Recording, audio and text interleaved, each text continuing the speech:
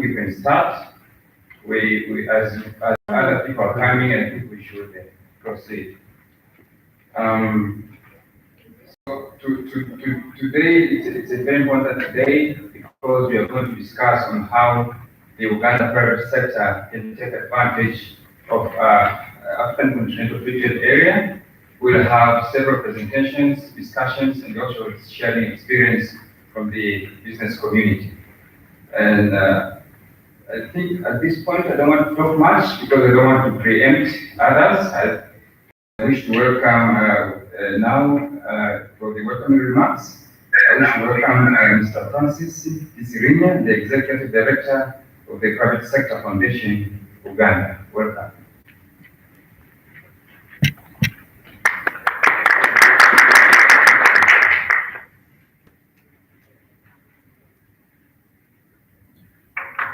Thank you very much, Mr. MC.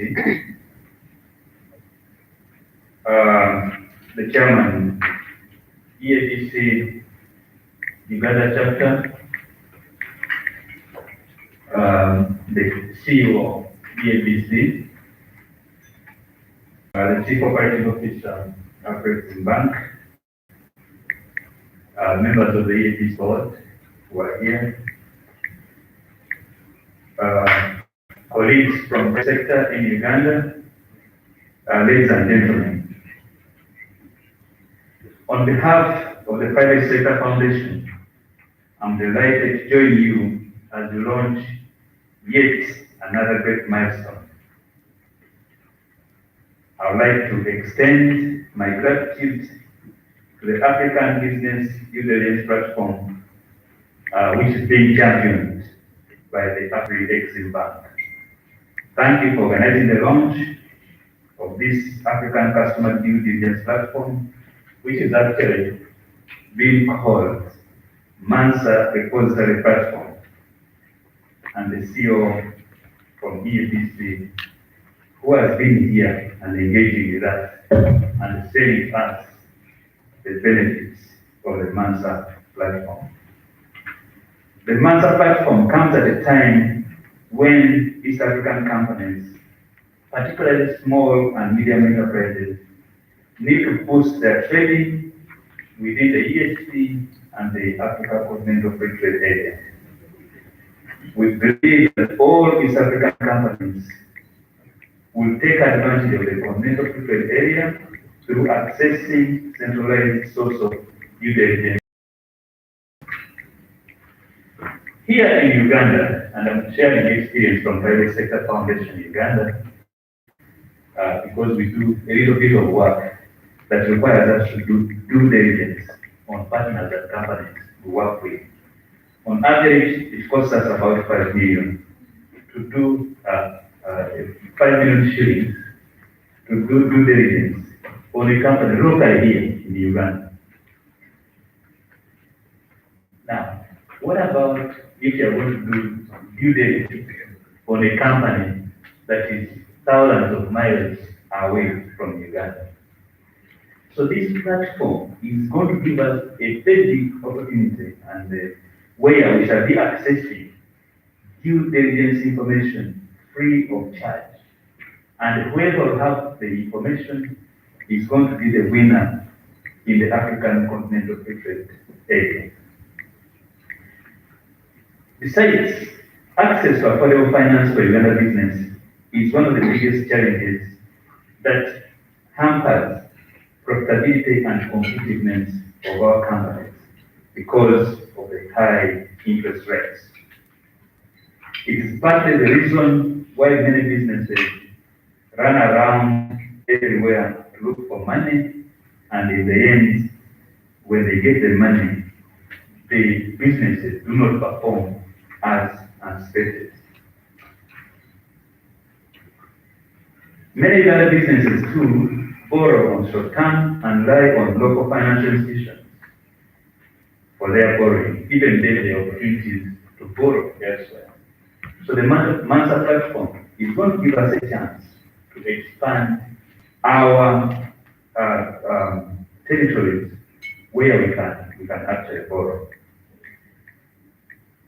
And this is going to be facilitated by the information that's going to be available on the platform. The Private Sector Foundation has continuously for interest rates that are affordable, that are competitive, to support the MSMEs particularly, so that when they trade, they are able to compete and win. We are not yet there, but I think we'll get there with time. So when some initiatives like the Mansa platform come, which address the reason why we do have a high cost of doing business and a high cost of credit in Uganda, just like the banks have said, it takes them a long time to understand who we are as business people. The information that we have sometimes need to be validated and revalidated.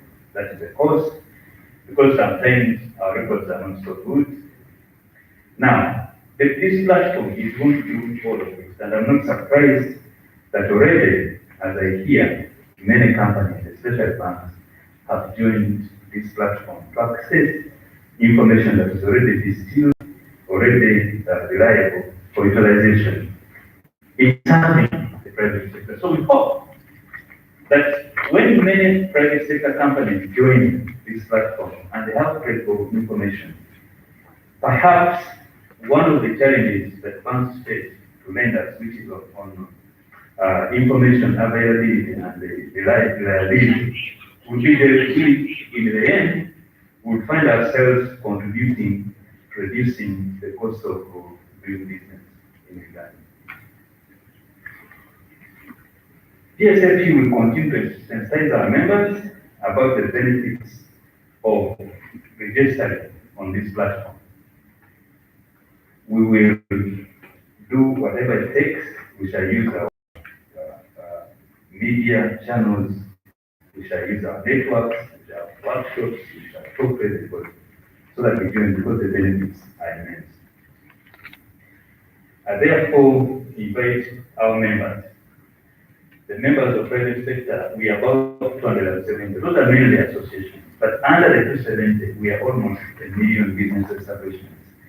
So I encourage all our members, direct and indirect, to register on the Mansa platform, so that your information can be known across Africa, so that you open the opportunities to the bigger markets in Africa. I thank you very much for listening to me, for God and my country.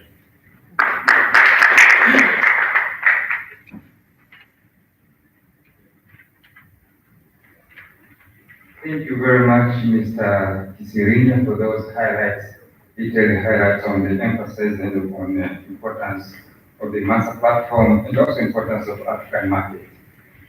Before I welcome my CEO, I'd like to recognize the presence of our past chairman, Mr. John Kabeho, who is here with us. Thank you very much, sir, for coming. And I wish now to welcome Mr. John Bosco Kalisa, PABC Executive Director. Welcome.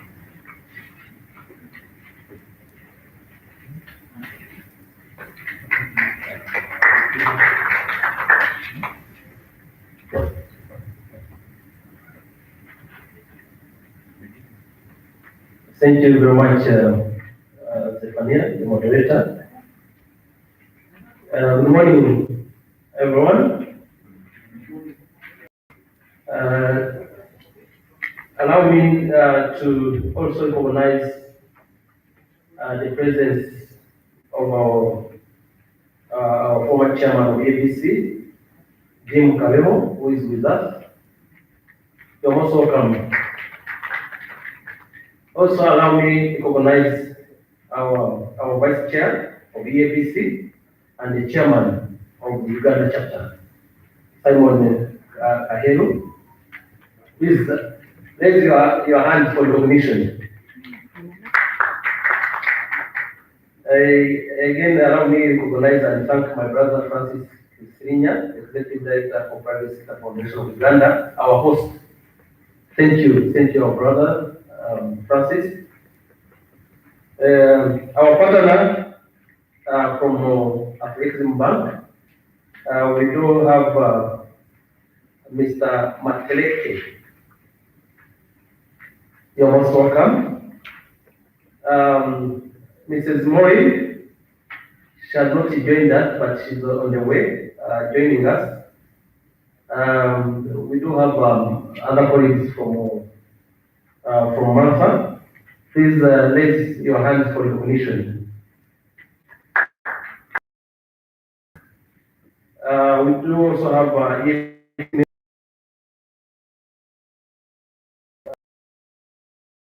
Ivan from URI. You saw the video that was played, and we'll be having an excellent summit in November.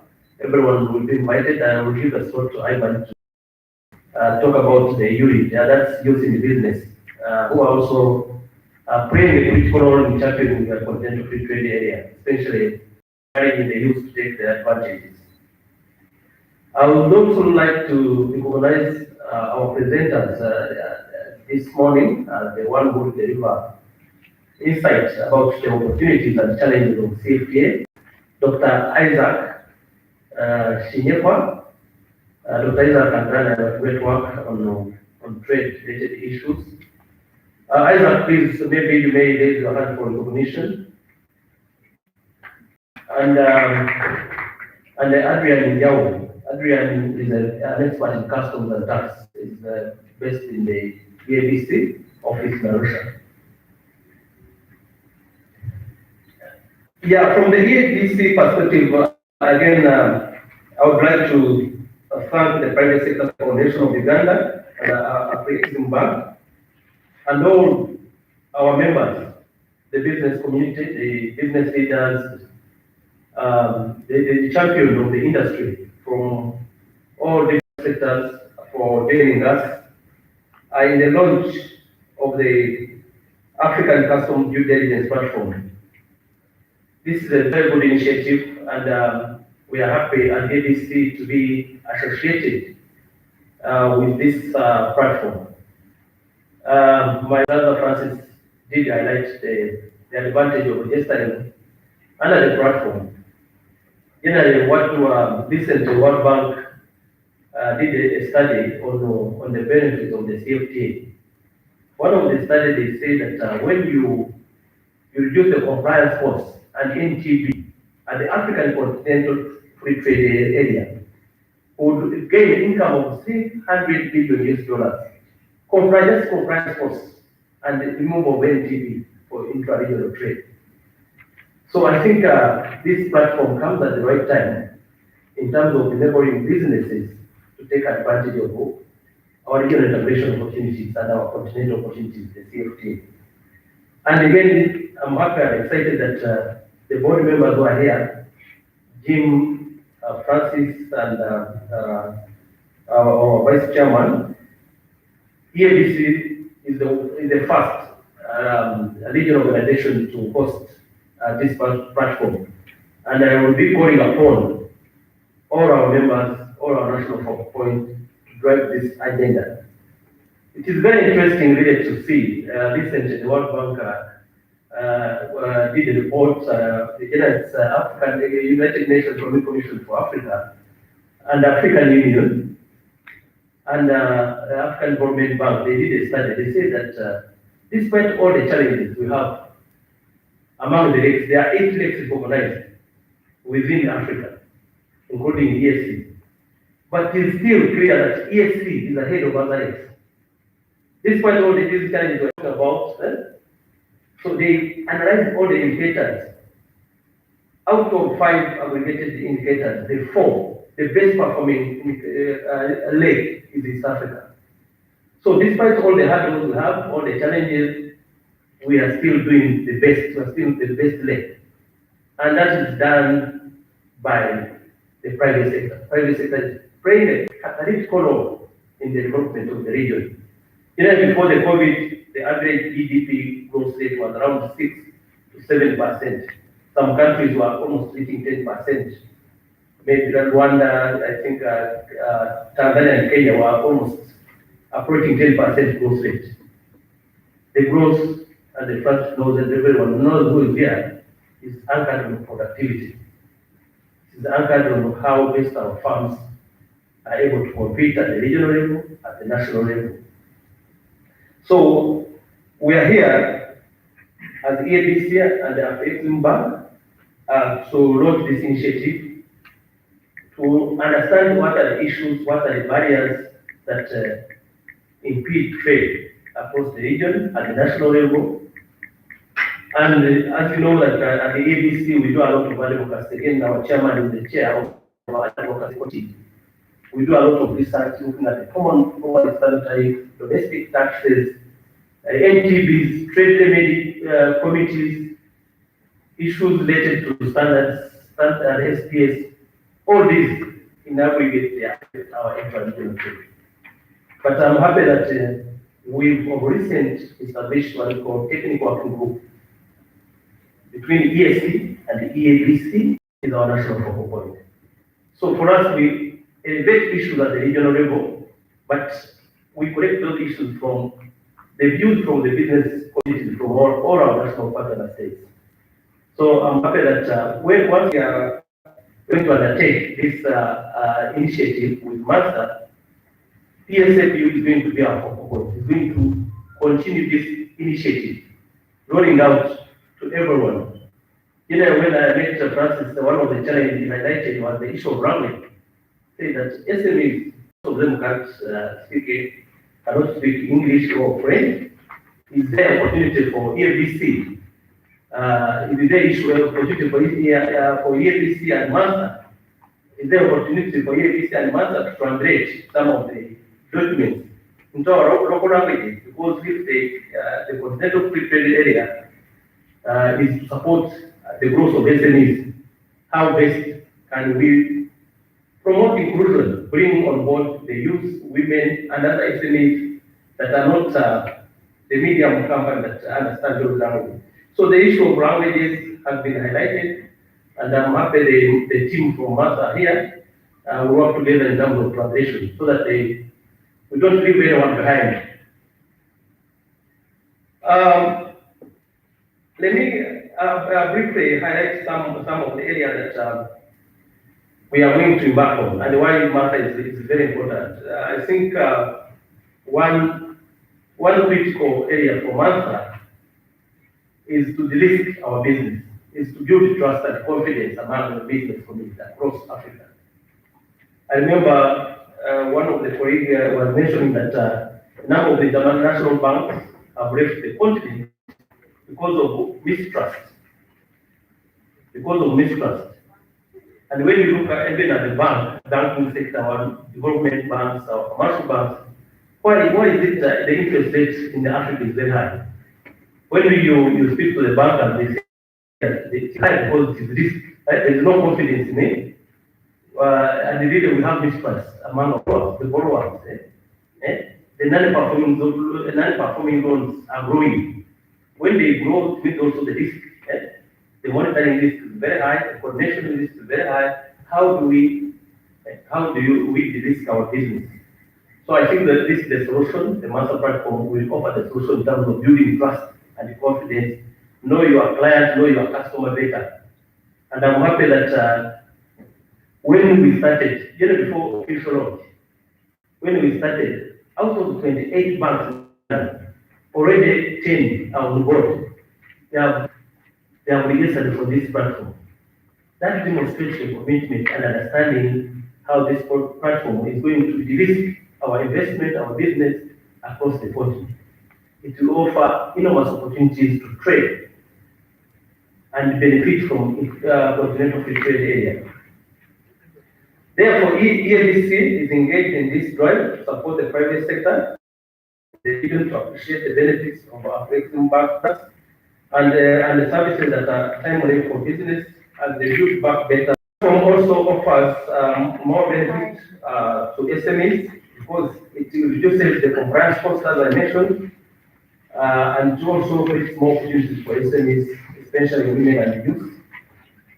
The platform therefore has three important parties. One is the contributor of the information, the verifier, and the subscriber. I think that element, the master team will do justice on that to dive deeper and explain what are they, who are the key players within the platform.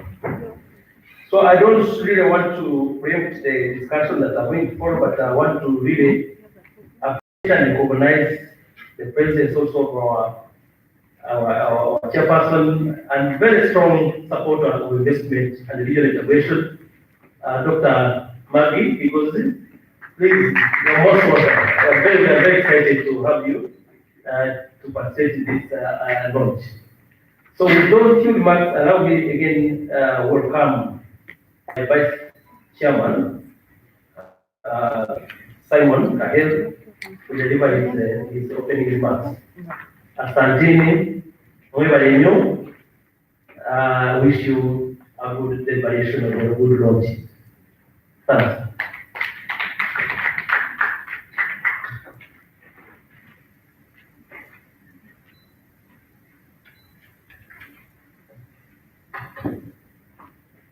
Good morning, ladies and gentlemen. Bwana ED, nashukuru sana urakoze cyane.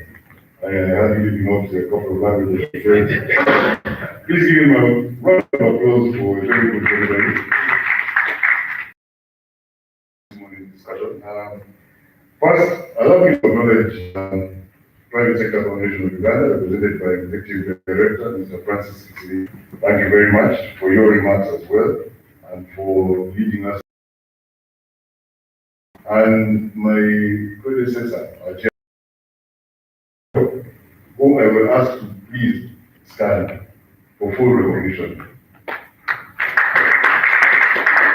I tend to do that to him because he's a champion of business economic integration, and the EABC is on the committee that's championing Africa Free Continental Trade Area issues, and he is very committed to this going forward. Acknowledging our partners, Accrediting Bank, Mr. Kudakwashi Kuda, thank you very much for today's initiative, together with the ladies with you, Ms. Farida, Mukasa Kasuja, and Ms. Moyo Gama. Thank you very much. And our Accrediting Bank and PSFU, today, as the EABC, we are very, very grateful that you are partnered with us. As the Executive Director said, the EABC is the first regional organization to lead with the launch of the Mansa repository platform, and for that, I would like to ask you to please give the House a round of applause. Welcoming all EABC members, PSFU members this morning, and members of the media. I am like to thank you for attending, and members of the media in a very special way, because what we are going to discuss this morning must not stay in this room. Without being sent out to the rest of the business community across East Africa, we will not achieve the objectives of this Mansa platform. And ladies and gentlemen, that will even be more critical if we have on board other organizations like CACITA. And I would like to ask our chair of CACITA to please stand up for recognition and a round of applause. Thank you very much, Mr. Ladies and gentlemen, the beginning point of trade, as our ED has said, is trust. Trust between buyers and sellers. We all know this in everything we do, because even if we're not buyers in this room, we are sellers. We all offer something as individuals, but more importantly as business persons.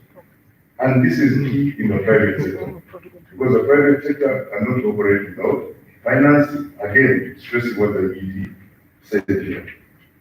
That trust is very, very crucial in growing business, in growing trade, and even more crucial when we look at the link between the public and private sectors. In this room today, we are sitting and having discussions at the private sector. I trust that at some point the public sector will take an interest, and again underscoring the importance of the media in this room, because that trust is also necessary between private sector and public sector. And indeed, we know that in East Africa, integration is happening much faster, much more effectively, because of the existence and vibrancy of our private sector. If anything, it is being hampered hampered by politics and the public sector. And we must never shut to call this out. Because the efforts that are being made by the private sector, very important, very progressive, keep getting pulled back. But we never enter into that politics. Instead, we continue to stress that we will progress and move forward as fast as we can with every opportunity that is presented to us. Today, we are launching another one of those opportunities, the Mansa Digital Platform, a game changer for inter-Africa trade. Not just ESC trade, but inter-Africa trade. A game changer in the sense that it's going to allow many more businesses, right down to small and medium-scale enterprises, to rise up and operate at international levels, starting with the rest of the continent. Ladies and gentlemen, this is very, very important in many ways, and I'd like to call out at this point, and you will see this in the video that's to be played later on. The origin of this name Mansa, I was very pleased to learn, is from Mansa Musa. Those of you who studied history, if you are the most exciting lessons I ever attended. Here had a man who was so rich, he owned all the gold in Africa at that time, but he was an African, a black man. Mansa Musa in the 14th century, trading across this continent. Today, we are past the 21st century. How come we are not like Mansa Musa? And ladies and gentlemen, the trace of that name should present to us both a challenge and an inspiration that we as Africans can trade with even more success than our great ancestor, Mansa Musa. And the challenge for us as businesses today is to ensure that we grasp this opportunity, implement and take advantage of the African Free Continental Trade Area by taking every step made available to us. Today, thanks to our Philippine Bank, we have another step in front of us. The opportunity to conduct due diligence with much more ease than we would have had before. However, the launch of these platforms, the sign up by the commercial banks, will not in itself be enough if the rest of the private sector does not come on board. We need to understand that all the production and trade that we do will not survive within these small borders of ours. Even if we expand into the East African market with its hundreds of millions of people, still that may not be enough. We should continue to aspire, we should continue to aim higher, we should continue to grow all business within our communities, within our borders, within this region, much further and take advantage of opportunity. And that's what the African Free Continental Trade Area does. And ladies and gentlemen, whenever we have partners like our Philippine Bank, let's grasp them with both hands, let's embrace them, and sign up with all these initiatives. Because that is how we will grow our own businesses, those of you in the room today, as well as the ones that are behind us. And I like the words Edie said, let's not leave anyone behind. The focus point may be SMEs today, but all of you should be part of the Mansa platform. Ladies and gentlemen, the African Free Continental Trade Area is very important for all of us to acknowledge, understand, and as I already said, embrace. East Africa produces textiles and clothing, food. We even do heavy manufacturing. We have products coming out of East Africa that are the best in the world, but are going unacknowledged. The second largest producer of coffee on this continent, East Africa. The most consumed beverage, hot beverage of course, in the world, coffee. Where is the value for? Who are the growers of coffee? Who are the processors of coffee? You can ask these questions of every single product. Textiles, as I mentioned. How much of the clothing in this room consists of textiles from Uganda, Kenya, Rwanda, South Sudan, Tanzania? In the process of this clothing being picked out of your wardrobe this morning, which organization earned the money? Why wasn't it an East African organization? We must ask ourselves these questions, but we have the opportunity to answer them by bringing all these businesses on board. Ladies and gentlemen, including and especially partners such as our friends in Ghana.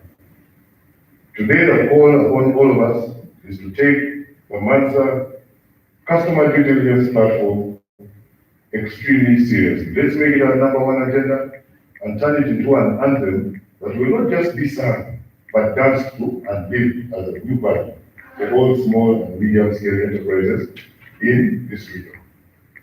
And in doing so, let us ensure that we indeed live up to the aspiration of that great man, Mansa Musa. And I would just like to point out that Mansa Musa, at that time, was the world's greatest trader in gold. Today, information is the new gold. You cannot do business now without a KYC process.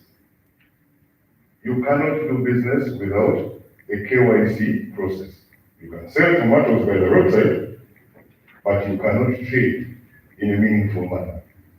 What this Mansa Musa due diligence platform is doing for us as a country, as a region, and as a continent is to turn that information into true gold and activate trade across these borders to grow the economies of Africa as a continent. I look forward to the launch this morning. I look forward to all the information being shared. And once again, thank you all for being attentive, present, and engaged this morning. Ladies and gentlemen, God bless Uganda, East Africa, and the African continent as we move forward to establish our free continental trade area in a meaningful manner. I thank you very much.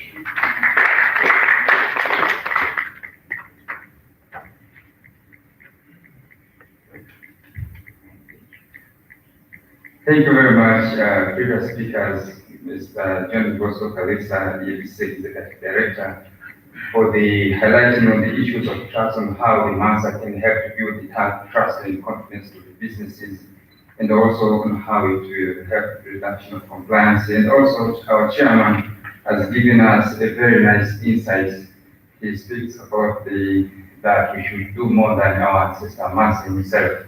It's time now for the private sector to take that advantage of the Mansa platform and make sure that we do more than what our ancestor Mansa himself did, and also on how we can do a value addition for our products. You mentioned several products like coffee and others. So thank you very much, Chairman, and also on emphasizing on the importance of the media. And I hope media have captured it, and they will not.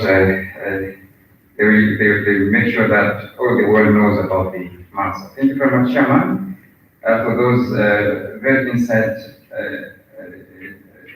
remarks. And I wish now to welcome Ms. Farida Kasuja to give an introduction of AfCFTA Bank, and also to welcome the regional AfCFTA Bank East Africa.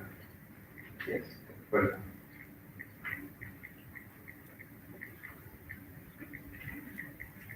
Thank you, and good morning all. My job today, this morning, is an easy one. I'll start with introductions of myself. Farida Mukasa Kasuja. I'm a manager for the Client Relations Department in the East Africa branch office located here in Kampala. I provide primary coverage for our clients in Uganda, Tanzania, and South Sudan. This morning, I have my colleagues with me here from our Mansa department, Fahad Senwana, please stand up, recognition, who's an associate and based here in Kampala, Uganda. Gamshirai Moyo, who's a consultant for Mansa, and she traveled here all the way from Cairo, where we are headquartered.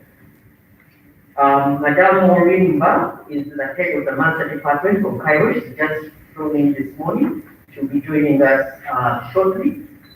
And Mr. Kudakwashe Matereke, who's the Regional Chief Operating Officer and head of the East Africa branch office here in Kampala, Uganda. We are all very happy to be here with you this morning and to launch this great initiative that will, is one of the first. Uganda, the going to start in here, will be moving on to the rest of the East African countries. At this juncture, I would like to invite Mr. Kutafashima Serena to give his opening remarks. Kuta?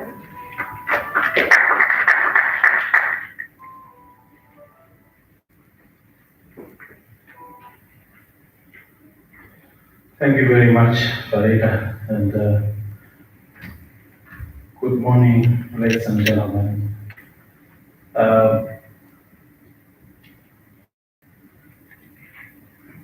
Mr. John Bosco Kali, Mr. Francis Serena, Mr. Simon Carrero, Vice Chairman of the EAPC, Mr. Leo, Past Chairman, Madam Margie Chigozi, ladies and gentlemen, I'm very pleased this morning to be here with you at the official launch of the partnership between the East Africa Business Council and AfCFTA's Mansa Repository project. This was arranged with a view to publicize one of the bank's key initiatives to promote trade amongst corporates and SMEs. As you may be aware, AfCFTA Bank is a multilateral financial institution created for the purpose of promoting trade. Trade is important. In fact, if there was no trade, we probably may not be very close to knowing each other, and the economies today, or the countries that we are located in today, will not be figured or will not be configured the way they are today. Trade is very critical for our living. The bank was established in 1993 as a Pan-African multilateral trade finance institution with a mandate to promote trade and finance intra and extra-African trade. We are championing the promotion and expansion of trade and investments on the continent. Way back in the 90s, you may be asking what happened for the bank to be created. The 1980s represented what transpired in South America with the collapse of some economies in the South, Brazil, Argentina. It doesn't make very good reading to an economist, but those economies collapsed. And what happened? Commercial banks and investments dried up in markets that were considered risky. And Africa was one such market. What the lines of credit being pulled out by the commercial banks and international financial institutions saying, third world is too risky. That phenomenon is still happening today. Every time something happens in commodity prices, international capital, international financial institutions, they pull out. So African heads of state deliberated on the matter and decided to establish a trade finance bank for the African continent. A bank that does not run away when things are going very up. And that was the establishment of AfCFTA Bank. And that's how we established. This is our home, this is our market. So we continue aspiring to identify where it hurts so that we can provide solutions. Nobody would have thought that we could set up a platform where African parties can deposit their KYC information. Why is that important? It's important for us because we are the ones making the initiative saying, let's create it, because no one will create it. They have their own. They use bank outdated the way it is, but they use it. So we have to come up with our own solutions to our own problems. I'll show you a bit of examples of why and how far we have come to create our own solutions. The bank achieved this mandate through the use of the following instruments: credit, which is the provision of funding through loans, number one. Number two, we offer guarantees. Guarantees, which is unfunded, so we stand behind a transaction, we stand behind people, so that when you are dealing with your counterparties, they don't see the risk in you, they also see the support that is behind you. That's one of the roles that AfCFTA plays: guaranteeing transactions, guaranteeing African enterprises. The third one is providing advisory services. Those are the three main instruments. But I must also mention that the bank went further and said, we need equity investments in projects. And we established what we call the Fund for Export Development in Africa. That fund, I'm happy to say, is actually an institution located here in East Africa. Its home is Uganda. Recently established, the government of Uganda provided us with support. They signed to the agreement and they domiciled further in their land, and it's the headquarters for the Africa region, and it's operating out of Uganda, the Fund for Export Development. Please look for information. We are prepared to provide information on some of these initiatives so that you can be able to benefit. So market failure is what caused AfCFTA to be created. We are not afraid of where the dislocations are. Our solution is to go to where the dislocations are and try to provide some solutions. So that's why we were created. So as a child born out of need, we grew, and so many things have happened since we were established. Today, 51 member countries have joined the bank, because Uganda was amongst the founding countries. But today, 51 African member countries are now members of the bank. The ones that are not yet members would be Somalia, Libya, Sahrawi, and Algeria. We keep engaging them to join, and actually we are quite at an advanced stage for Somalia to become a member of the bank. We want to integrate Somalia into the economies of East Africa, because there's a lot of trade between Ethiopia, Kenya, Djibouti, and Uganda Airways also flies to Mogadishu. So we want them to be part of the AfCFTA so that they can benefit from what other member countries are benefiting. Almost all those countries are benefiting from the programs and facilities, and the bank's financial performance has been good. We are rated investment grade, which enables us to go to the markets to source for capital. We are a bank for government, private sector, state-owned enterprises, and SMEs. That's what we are, providing solutions to them. As you may recall, the African heads of state and government at the Agenda 2063, the Africa we want, a blueprint for transforming the continent into an integrated, prosperous, and peaceful Africa, driven by its own citizens, representing a dynamic force in the international arena. This is the preamble of the Africa we want. Among the first flagship projects under the Agenda 2063 is the establishment of the Continental Free Trade Area to stimulate intra-African trade and advance economic integration. The historic agreement came into effect on the 1st of January 2021. The AfCFTA has created the world's largest trade area since the creation of the World Trade Organization, when you look at the number of participating states. United as a single market, the area creates a market of 1.3 billion people with GDP of 3 trillion, making it the 5th largest economy globally in terms of GDP.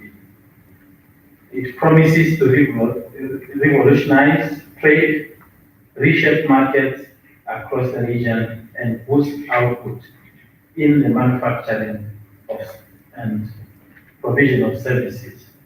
It will fundamentally transform the continent's economic structure and significantly reduce reliance on the export of raw materials.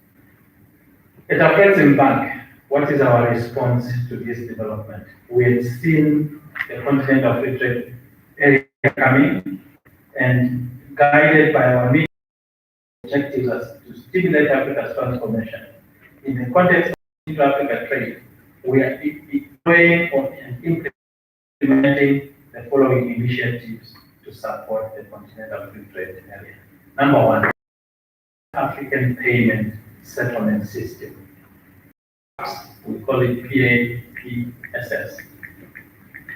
The Pan-African Payment and Settlement System is a system that shall facilitate public and private corporates to import raw materials, finished goods, and essential goods from the rest of the continent without worrying about availability of or access to hard currency, because you will be able to pay for imports from other African countries in your local currency, Uganda shillings.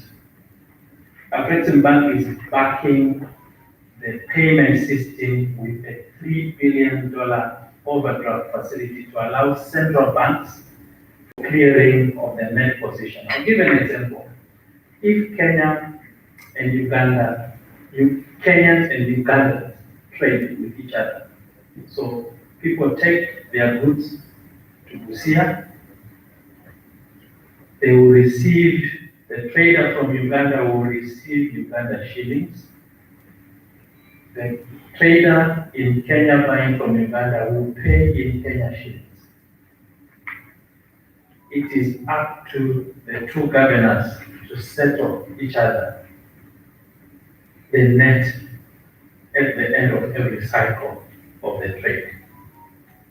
We are not talking something that is imagined here. It has already been rolled out in the West African Monetary Zone by AfCFTA. So we have started. The intention is that we will do that per region, and then at the end, as an Africa Union initiative, merge the settlement system. So we will trade in our local currency. The net position, the central banks will settle amongst themselves, meaning that the traders will need to open accounts at their banks for their financial services provider, and they will trade. Because in some cases, people don't care about dollars. If you can price right in Uganda shillings, you price instead of going to the bureau to change money. And I feel sorry for how we are conducting business currently. People going to the bureaus, changing money, and then you get on a boda or on a matatu, and then you go there, you change to Kenya shillings, and then you do this, all kinds of things. It's worse in some borders, but East Africa community is probably better because they are more integrated, so there is less of the hassle. So you imagine in other countries where a French country, a French-speaking country is neighboring an English-speaking country. It's a hassle. So we have come up with the PAPs in order to deal with the issues of settlement. Number two, the Trade Information Portal and the Trade Regulations Portal.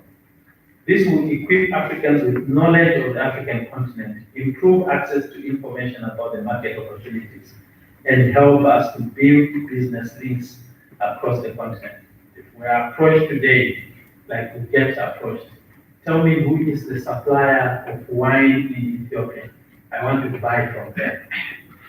such a portal is being developed by AfCFTA so that people can go and access information from there. Number 3 is the adjustment facility. With the advent of the Continental Free Trade Area, the adjustment facility will make short to medium-term loans available to eligible member countries that may be adversely affected by declining fiscal revenues as a result of trade liberalization under the Continental Free Trade Agreement. AfCFTA has committed an amount of $1 billion under the facility and intends to use this amount to leverage to attract additional capital to enhance the adjustment facility. The adjustment facility is also available to private sector to assist those sectors that may be negatively impacted by the AfCFTA to develop competitiveness and adjust to the new trade regime. Countries will be affected differently, but we have been assigned to look at the countries that have been negatively impacted with this fund, which we hope to deploy depending on the requirements of each country. Number 4, I was talking to Mr. Lino during the coffee break about the Africa Collaborative Transit Guarantee Scheme. The purpose of this is to support importers and exporters to move goods in transit without paying customs duties or being subjected to unnecessary delays on presentation of the transit guarantee to customs authorities. To replace the national bonds, which are expensive and cause unnecessary delays at the borders. And the expectation is that one bond or pilot, for that matter, with one document as opposed to posting several bonds. That's an initiative that AfCFTA is looking at, and we hope to be engaging with the East Africa Business Council in the rollout of these initiatives. The number 4 is the Intra-Africa Trade Fair. We are pleased that some of you participated in the inaugural 2018 Cairo Intra-Africa Trade Fair. This time around, between the 15th to the 21st of November, we are having the Intra-Africa Trade Fair, the second edition in Durban, South Africa, where we hope that we are providing a sustainable platform for buyers and sellers, investors and governments to connect, exchange trade information, and exchange trade and investment, and also to conclude business deals. The trade fair brings together continental and global players to showcase their goods and services, and also to enable people to connect. We'll say a lot about lack of infrastructure, all those things, but there's also lack of information. We don't know what is sold out of Ethiopia. We don't know what Burundi has to offer. That's why when we are looking for leather, we Google Italian leather. Some countries do trade. There's a lot of leather in East Africa, but we don't look for it. Information is important, and that platform, the trade fair, gives us that opportunity to engage. Ladies and gentlemen, the trade fair is now a flagship project, not only to the bank but also to the African Union. It has emerged as the premier trade event for the African continent. I know we are living in the times of COVID. The pandemic has not been sparing us, but we should not relent in striving to achieve the Africa we want. As we plan our businesses, as we look into the future, we should consider what we want to do for this continent. We are not who we are today because we just found ourselves there. Some people put a system in place to ensure that we only trade with particular people. To unwind it takes a deliberate effort on our part so that we can trade with each other. It is important to also highlight that AfCFTA is working with AVAT, which is the Africa Vaccine Acquisition Task Team, which was established by AfCFTA, Africa CDC, African Union, and UNECA. We set up a trust to assist 400 on the acquisition of 400 million vaccines for the African continent under the platform called the Africa Medical Supplies Platform, which is enabling African countries to place orders for vaccines. Uganda received their Johnson & Johnson with the intervention of AfCFTA. All 55 African countries are expected to order their vaccines through this platform, which ensures equitable distribution of the vaccines. And AfCFTA made available some $2 billion for Africans to apply vaccines so that we can open up our economies. We believe that with these initiatives, we are playing our role based on what the African forefathers had in mind when they created AfCFTA. We wish to take this opportunity as we launch MANSA that we're still trying to contribute in our own way to get to the Africa we want, where we are open to each other's business and allowing goods, services, SMEs, corporates to access credit through some of the initiatives that we are launching.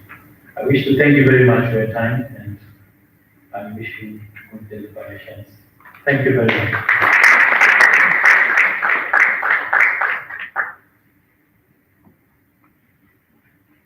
Thank you very much, Mr. Makakere, Regional COO of African East African Branch Office. Thank you very much for those very insightful remarks. And on behalf of the private sector, I wish to thank you, President Benj, for not letting us behind, for being there during this hard time, as we mentioned. And also, thank you very much for highlighting on the importance of the information sharing. And that's why this platform is very important for the private sector, because it allows the information to be shared. And as we know, information is very powerful towards the growth of the private sector. And also, as you said, that we should together contribute to make the Africa we want. And we are the one to make Africa that we want. And the participants, the private sector who are here, I think they've captured that message, and we should make sure that we promote our trade in Africa to make sure that we create our own Africa. Thank you very much. And now, before going to the official launch of the month, I wanted to welcome two presentations, which will highlight on the opportunities for the AfCFTA to the Uganda private sector, but also Dr. Isaac will start by talking on the issues of tariff and rules of origin. Dr. Isaac, please welcome, and then I'll welcome later on Adrian Jao to present on the opportunities of the AfCFTA for the Uganda business. Welcome.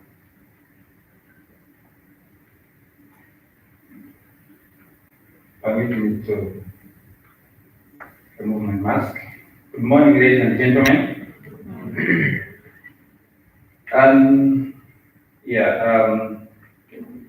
My name is Isaac Shinyekwa. I work for the Economic Policy Research Center as a researcher and as a senior researcher, and my interests are mainly trade and regional integration.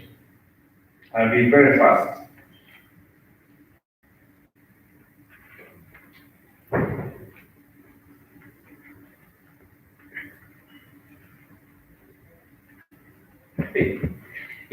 Before I get started, I was told to make a presentation on the current status, where we are, in as far as the regional integration at the Continental is concerned, the status of the negotiations with regard to tariff offers, rules of origin and debit or the customs cooperation. Now, before I go into that, I just want to make one or two statements very quickly. We did a study on the EAC trade in the African continent. And what comes out clearly is that if we went into what we call like manufacturing, we are likely to penetrate as a region many of the neighboring countries. And continuous trade, especially with Europe, is in what we call commodities. Commodities, these are the things we sell, the raw materials to these people. So I'm happy about what Exim Bank is doing, facilitating and enabling this to make sure that we can be able to penetrate deeper into our local markets. Others, we shall be a market for finished products from Asia and Europe, and then we shall be selling to them our raw materials. All right. My presentation looks a little bit academic, but I'll try and invest some slides. I'll leave them out for whoever wants to dig deeper into what I'm presenting. Now, these are some of the facts that you are well aware. The 24 countries signed the agreement, Eritrea has yet to sign. So that's quite good progress at the continental level. 40 countries have ratified the agreement, and the 37 are state parties. By state parties, those ones have ratified and I think submitted, and they are now trading under the umbrella of the AfCFTA. There are those that are like Burundi, Seychelles, and the DRC. Maybe they have already done by now, by this time we're talking. They're yet to post their instruments. The Secretariat, that is in Accra, have received about 42 initial offers from countries, including REX. These are offers, tariff offers for the issues of goods and services, which represents about 76% of the membership of the African Union. And then 35 countries have submitted their initial offers to the Secretariat. So there is quite good progress in terms of submission of our offers to, rather counter offers to the negotiations. Now, briefly regarding the customs cooperation, the progress is such that the first meeting of the subcommittee work on this met just in August to do a bit of starting to how these things work out. And the overall objective of the meeting was to consider the terms of reference for their program, how they intend to look at mutual institutional arrangements, and the draft funds and trading documents. Now, in attendance, both state and non-state parties, and of course the rates. Now, the draft QRs for this committee were for consideration, and recommend that member states send further comments on the reporting lines of the subcommittee. In other words, after meeting, they decided that they need more time to discuss the progress on how to handle customs cooperation. Now, and all this is around the framework called Mutual Administrative Arrangement, the MAA, whose scope is to be on a legal basis for this information among customs administration, and to help us fight crime.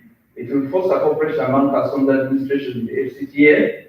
When we got annexed on the customs cooperation, and the MAA already has provisions dealing with the AfCFTA. There are already provisions in place, but these are now for further discussion and fine-tuning.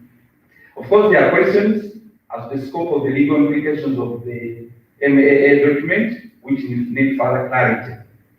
And on the state, and this is the most important statement I would like to make, on the state of the customs administration preparedness for the implementation of the AfCFTA. The matter requires time and further preparation. So they are still trying to hammer out these things, and the committee will be considering this at a future date.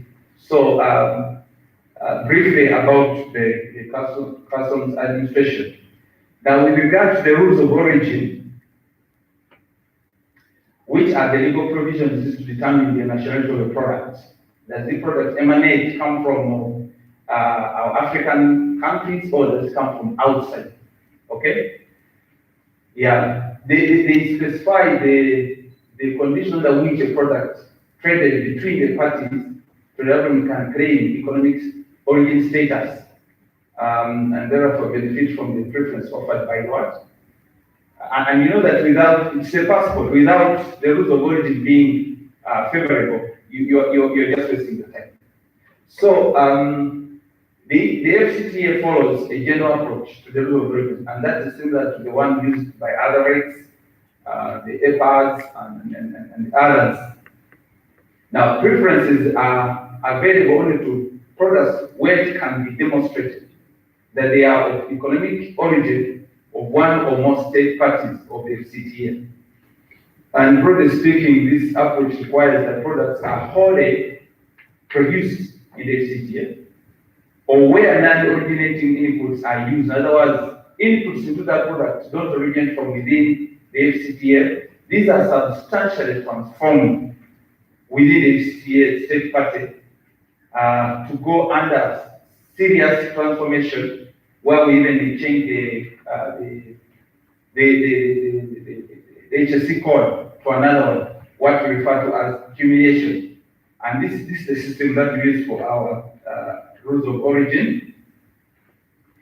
Now, in terms of progress, on the 9th meeting of the committee of the senior trade officials of the African Continental Trade, they met again in August, with the objective to bring the committee of the experts or of the senior trade officials and the rules of origin experts together for consideration and conclusion on rules of origin and market access.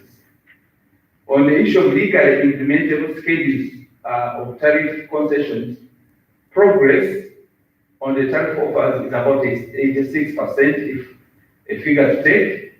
We are targeting, of course, 90% of the agreed tariffs lines under the rules of origin. This is the progress we have so far made, but it falls short of the minimum requirement for implementation, which is 90%. So we still have a challenge where we have to work, and this meeting was held in August. That was the status then. Regarding customs unions, because within Africa we have customs unions, what was happening with regard to rules of origin? Only one out of the 4 customs unions submitted a tariff offer that was commensurate with the agreed rules of origin, and this was less than, however, it was less than the 90% requirement ambition that we have. And then the others submitted tariff offers that made the 90%, but were not commensurate to the rules of origin. You know that there must be that equation where everything balances to 0. We are in agreement. So that's as far as customs unions are concerned. That's each of the customs unions tariff offers have different coverage in terms of agreed rules of origin. So the discussions are still going on. These ones have not yet finally been finalized. Now, so the progress on the rules of origin and market access negotiations require parallel movements in the following areas. These are identified as only parallel movements. Increasing the percentage of the agreed tariff lines and the rules of origin, improving the current tariff offers to maximize the tariff lines that have agreed rules of origin, and enhancing the tariff offers to meet the required approach. In other words, we need to bring all these things up wherever where we have been equilibrium. That there were still outstanding issues of about 14% of the tariff lines in the rules of origin negotiations. And the proposals that are being floated are this compromise. Where there are differences, post solutions can be found when they are compromised. The other one is consider the use of the regional economic community rules of origin, where there were no agreed rules of origin. And the final one is convening dedicated workshop on textiles and clothing, which would lead to specific recommendations and compromise proposals. Now, as you may note, textiles is one of the areas where we're having quite a lot of challenges. And these ones I'm just going to flash just to give us an idea that in chapter 3, is adopted with a wholly by chapters. These are chapters on the codes that we use in trade, with a wholly obtained rule, with exception of what they call salted something. They are classified in that particular HSC code. On chapter 4, we have those two that are still having challenges. In chapter 15, there is quite a number of them, 8 of them. These are the ones that say that they are still negotiating. Now, I'm going to flash the next few slides with a number of these. We will not go into the details. Chapter 16, we have those. Chapter 17, there are those. Chapter 20, there are those where there are still challenges. Chapter 23. So this goes on and on and on. But there are different ways they have classified this. It's a whole big long table. And for those who are familiar with the codes, you are talking about thousands of products. So I cannot display this, it's just a summary. Rules, that's chapter 3 and parts of fish, molasses, and crustaceans, the rules have partly agreed. And we are the explorers of fish. So there are issues. Now, a key issue that was also centered on the criteria relating to fishing vessels and factory ships. When we are talking about flag nations of officials and then these apply only to fish caught outside of the 12 mile from the water. Now, for that matter, Kenya and Tanzania are relevant here of the territorial sea. Any fish caught inshore or in the rivers and the lake is automatically originating. So if you get a tilapia from Lake Victoria, there's no problem. But when there's fishing on the sea, there's an issue of origin. Does it originate within the South African community? Does it originate outside the South African community? And then who is doing the fishing? Is it a Japanese ship or an East African ship? These are issues that rules where there is partial agreement. While it has been agreed that fish for chapter 3 should be obtained to be qualifying, outstanding issues pertain, and these are the ones I've just raised. Now, with regard to chapter 9, these are fully agreed. Coffee, tea, spices, these are originating from where? From the East African country. These ones have been able to say if you are going to trade, please, you don't have any problems with this. You can sell them to the parties, to the countries that are parties to the AfCFTA without any issues.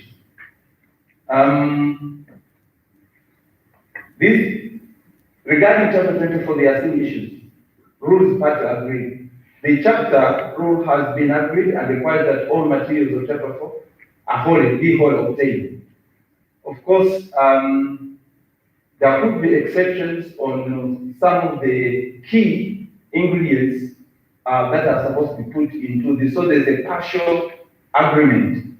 If you are going to make manufactured tobacco, there are some outside of our system. So they are still negotiating. They haven't yet finalized on this. Regarding chapter 87, motor vehicles, parts, and accessories, rules have not agreed. They are still in negotiation. we being from the East African community, we are conversant with, and I mean, to get a woman to marry, take long, others take shorter. We all know these things, especially in some cultures, and we don't eat until we have finished the what? The negotiation. So we still have issues here. So different forms of manufacturing or assembly can result in built-up motor vehicle. And the key issue that must still be agreed is what specific activity or value addition threshold confer an origin of the FCTA. We make a bus called here Kayola, then we have others. So what are we going to stamp them? When we have some of the parts imported. So those are the issues that are still on the table. Should, for example, the local assembly of an imported completed vehicle confer origin status, or should a maximum threshold of non-originating materials be used for the rules of origin? And if that's the case, at what percentage? Those ones, we are still in discussions. Would a higher local content rule help develop an African value chain, or should more flexible rules be agreed to better facilitate sourcing of international parts?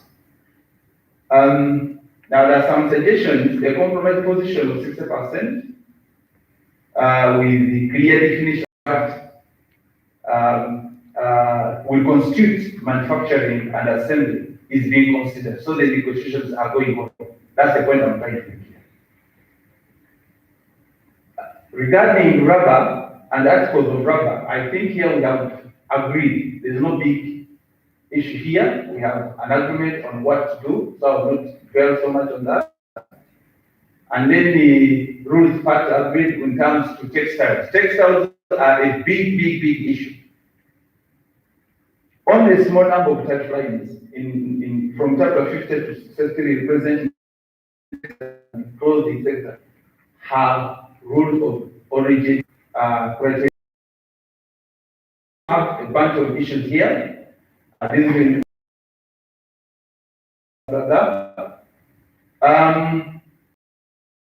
articles of clothing and household textiles such as curtains, deadlines, etc. The rules of origin are yet to be agreed upon. Okay? So what am I saying in this slide? What I'm saying is, regarding textiles, we are still in the negotiating room, basically. This is the sort of a summary of what I've said. That as of July 2021, 86% of the FCTA rules of origin provisions have been agreed upon, while negotiations on the outstanding rules are expected to be concluded soon. That's a strong statement I make at this point. And 14% are the outreach, and they comprise scattered issues all over the complex, about 2%. Textiles is 10.5%, and automotive is 1.4%. These are the sticking issues. So if you are a business person who wants to go into business, you should know exactly where arguments have been struck and where arguments are not yet what? Struck. By July 2021, 28 tariff offers had been certified by the AfCFTA. Now, Secretariat has okay, I should say that a 3-month extension to allow for the conclusion was requested, especially on textiles, and the decision was made by heads of state to start trading, I think, at the beginning of this year. That was supposed to have launched last year, then we agreed to launch this year, January 1st, by the parties that have signed. If your country has signed and belong into, you straight away, beginning this year, is going to that. And then members of existing REX will continue to trade under the REX arrangement. Some of the recommendations that come out of all this is that of tax lines where we have a consensus. We have a consensus where we have but there's substantial convergence. We need policy guidance for more discussions, and divergence. where there remain significant tariff lines and issues to, they need further consultations. And to that extent, the deadline for the continuation of the negotiations of the rules of origin, particularly with respect to the tariff lines on Texas and finalization of the rules of origin, money in recognition of the additional time. This need for more time to flush this out. Okay, thank you for listening.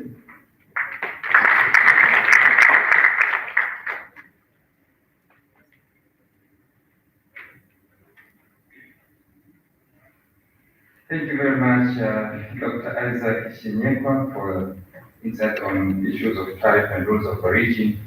And without wasting time, I wish first to of the head of Mass Initiative, Madam Ori.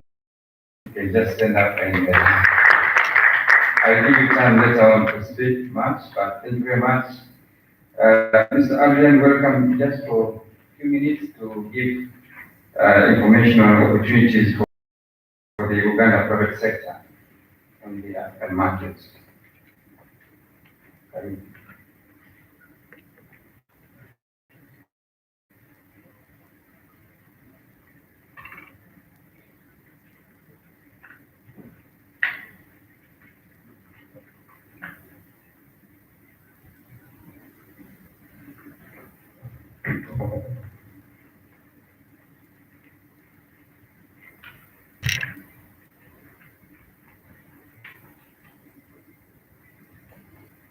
Okay, good morning all. As I was introduced, my name is AfCFTA. I'm Trading Policy Advisor with East Africa Business Council Secretariat based in Arusha. My presentation will be very brief because my colleague have actually talked a lot about the Africa Continental Free Trade Area in the area of tariff, concession, or offer, and rule of origin. So I will look briefly on the trade opportunity for Uganda in the Africa Continental Free Trade Area. As all you know, Uganda is a member of the East African Community, the COMESA, and these are regional economic communities which Uganda is using actually to exploit market access. And you find that in EAC, there are 6 partner states, and the 6 partner states, they are supposed to trade duty-free and apply common external tariff for goods which are coming from the rest of the world. This is only South Sudan which has not started implementing fully customs union and the other protocols. But you find that under those 5 countries, they apply the same tariff for products which are coming from the rest of the world, except for COMESA, especially for countries like Kenya, Uganda, Burundi, and Rwanda. They accept goods from COMESA free trade area duty free. And for Tanzania, which is a member of SADC, also accept goods from other under duty free. This arrangement is accepted by EAC partner states. You find that Swatini, which was South Sudan. They maintain common tariff and share custom revenue and the coordinated policy. IGAD has 8 member states, and unlike the other REGI, IGAD focus on policy and program harmonization, peace and security, food security and sustainable development. Uganda government establishing COMESA, EAC, SADC, tripartite. Here we are talking of 26 member states. Unfortunately, the tripartite has not been started because the threshold for parties to recognize EAC and SADC. Uganda has also ratified agreement establishing Africa Continental Free Trade Area, which comprises of 54 African member states.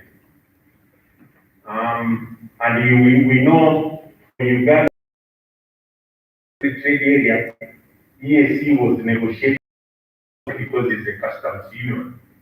So EAC has not started trading in Africa Continental Free Trade Area because of the criteria support.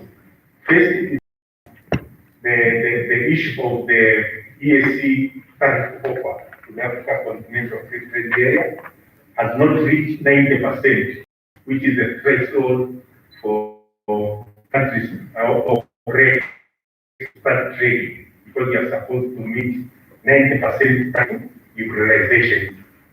Another area, you find that all the partner states of EAC have not ratified the agreement.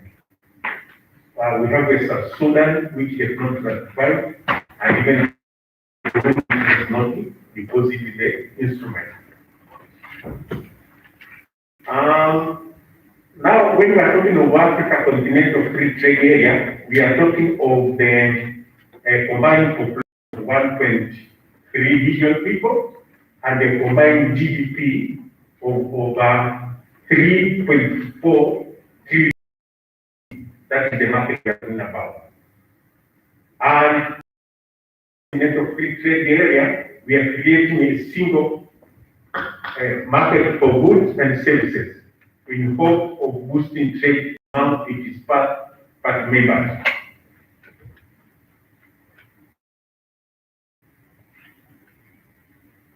When we look some statistics, Uganda intra-Africa trade, you find that in 2019, 38% of Uganda wealth export and 27% of world wealth import were to and from Africa intra-export, which were amounting to USD 1.3 billion.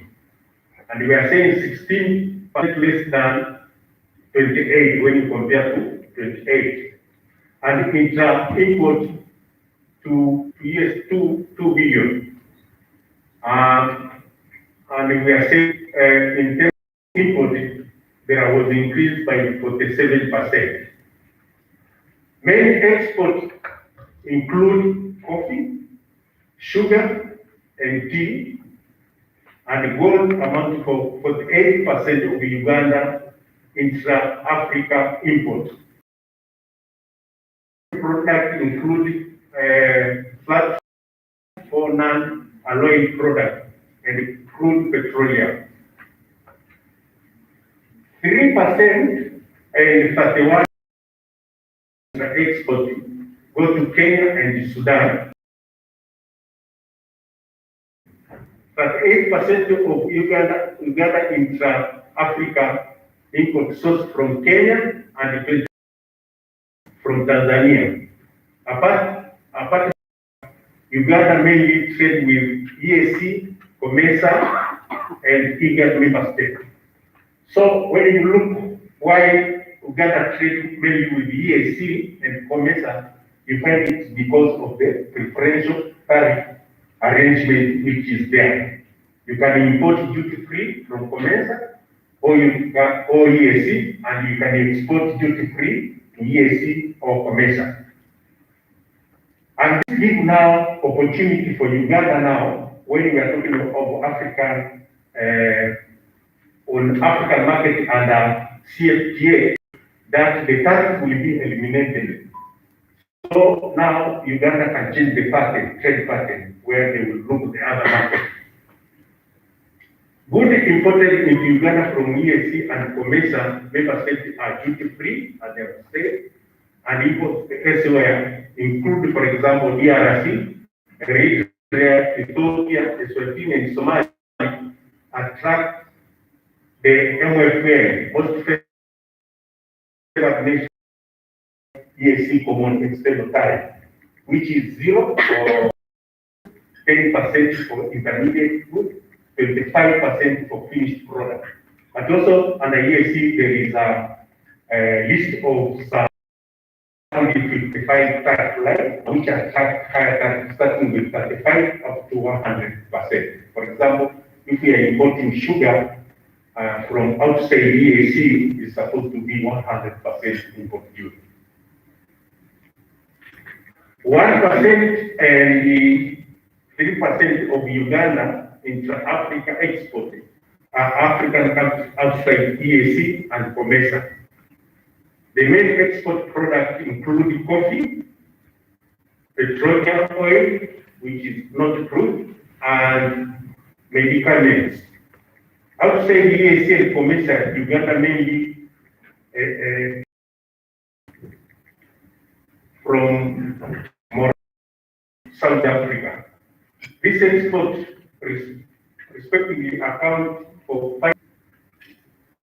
The main gold, petrol, iron and steel, and you find that outside here, mainly imported from South Africa, Burkina Faso, and Gambia. This import is respectively 7% of Uganda imported from outside EAC and COMESA. Other sources of marketing include Namibia, Guinea, Mozambique, and Mali.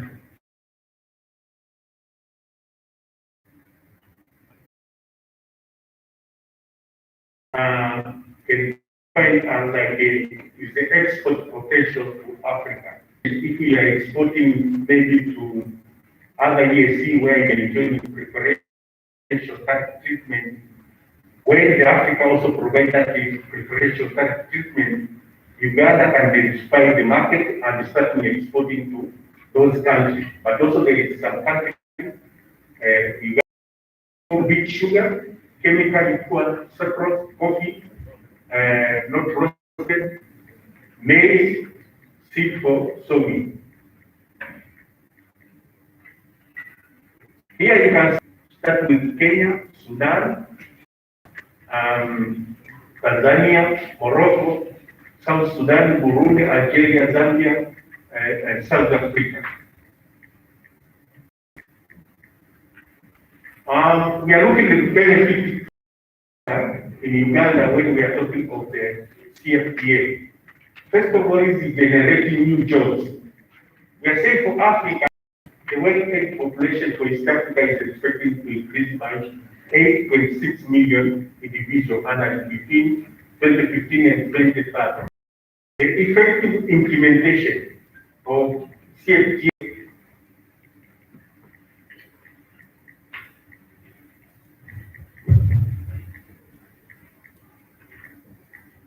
could lead to additional 2 million jobs for the East Africa region. And on growth of key regional value chains, this is another advantage. And we are looking at some sector like textile and footwear may be especially appropriate for some East African partner states. For example, Kenya alone exports over USD 500 million of textile exports each year, principally to US market at the current time. Another benefit is increased economic growth due to tariff removal. Lowering the tariff on intermediate and the final good, the CFTA will create additional opportunities for adding value to natural resources. Currently, when you look at the intra-Africa trade, the good thing is we are trading on manufacturing, not the extractive. So the new market now will diversify our manufacturing and production. Also, there is another benefit of fostering industrialization, where CFTA will make it easier for SMEs to supply input to the larger regional companies for export. And lastly is diversifying trade patterns to East Africa, Because we are saying currently the EAC partners trade more with the tripartite free trade area. Okay, we are talking COMESA, EAC, and SADC. And compare with the rest of the world. Because of prevailing preferential trade arrangement. So the CFTA will diversify EAC trade pattern. Here we are looking at some of the sector which the East Africa, where the CFTA will boost manufacturing export. The first one is textile and clothing, then the health manufacturing, lighting manufacturing, processed food, livestock and meat product, transport and communication, grain and crops, and extraction. Here we are talking of transport and communication because under Africa Continental Free Trade Area, also we are trying to liberalize free movement of services.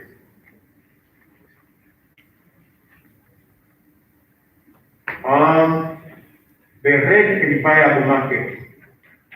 We are talking of the 54 member states with 1.3 billion people.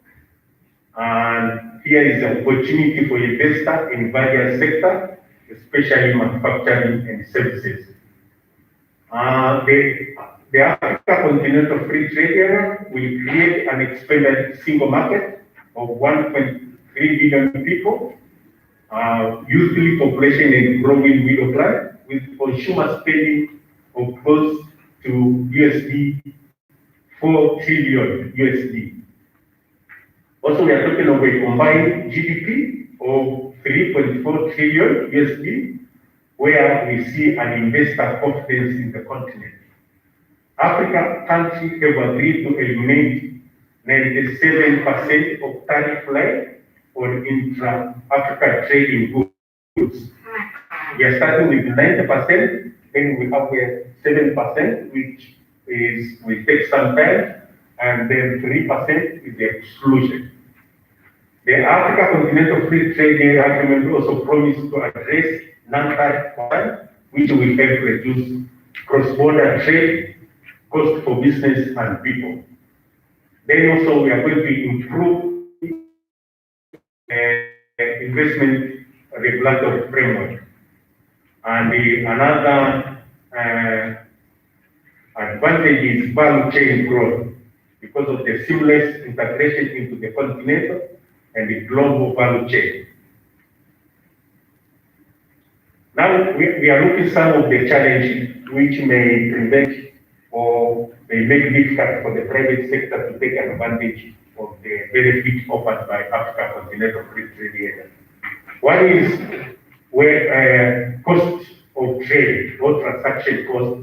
The cost of cross-border trade is high, and it may represent a barrier for micro and small medium enterprises. This calls for upgrading infrastructure and the mechanism for removal of non-tariff barrier, harmonization of standards. For example, when you look at the infrastructure, actually you find they are from hinterland to the coast area, and there is very little connection between African countries because of the colonial headlines where actually we are importing from the rest of the world and exporting to the rest of the world. Also, we have the challenge of overlapping membership, where you find that countries are more than one race, and this also brings challenge.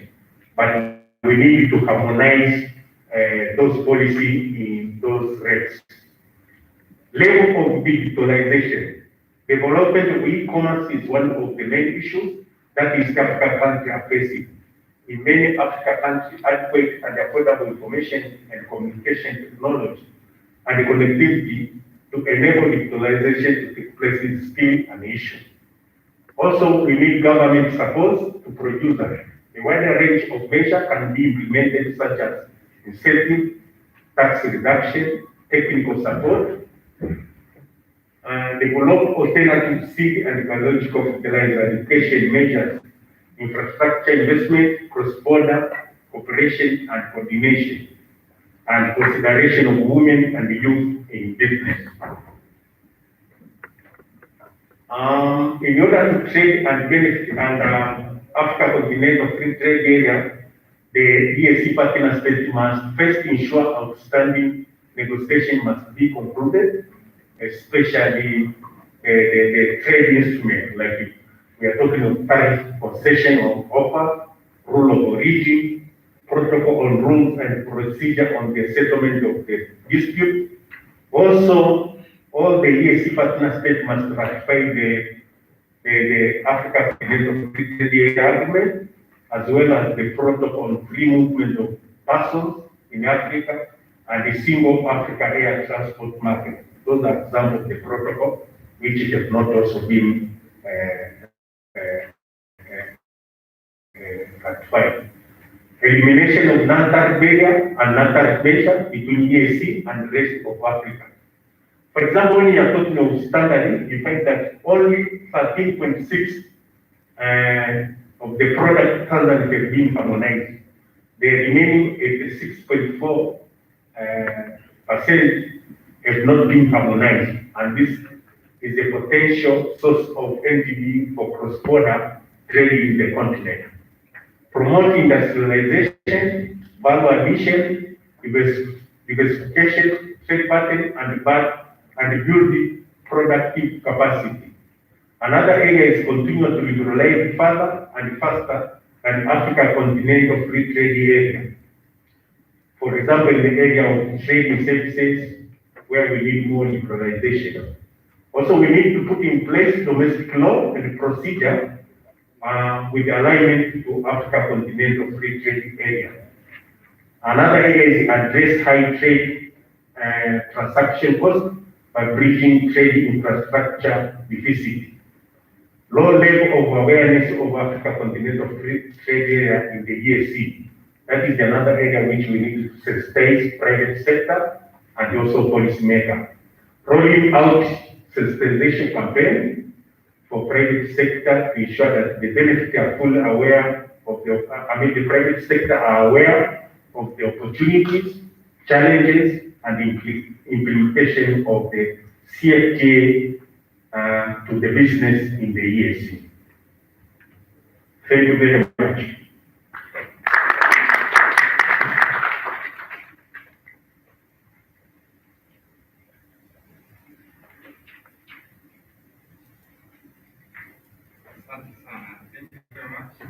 Thank you very much, Mr. Adrian Jao, for presenting the opportunities. Now we are going to the session of the official launch, and before the official launch, I want to welcome now Madam Maureen back to speak about MANSA, and from there we launch.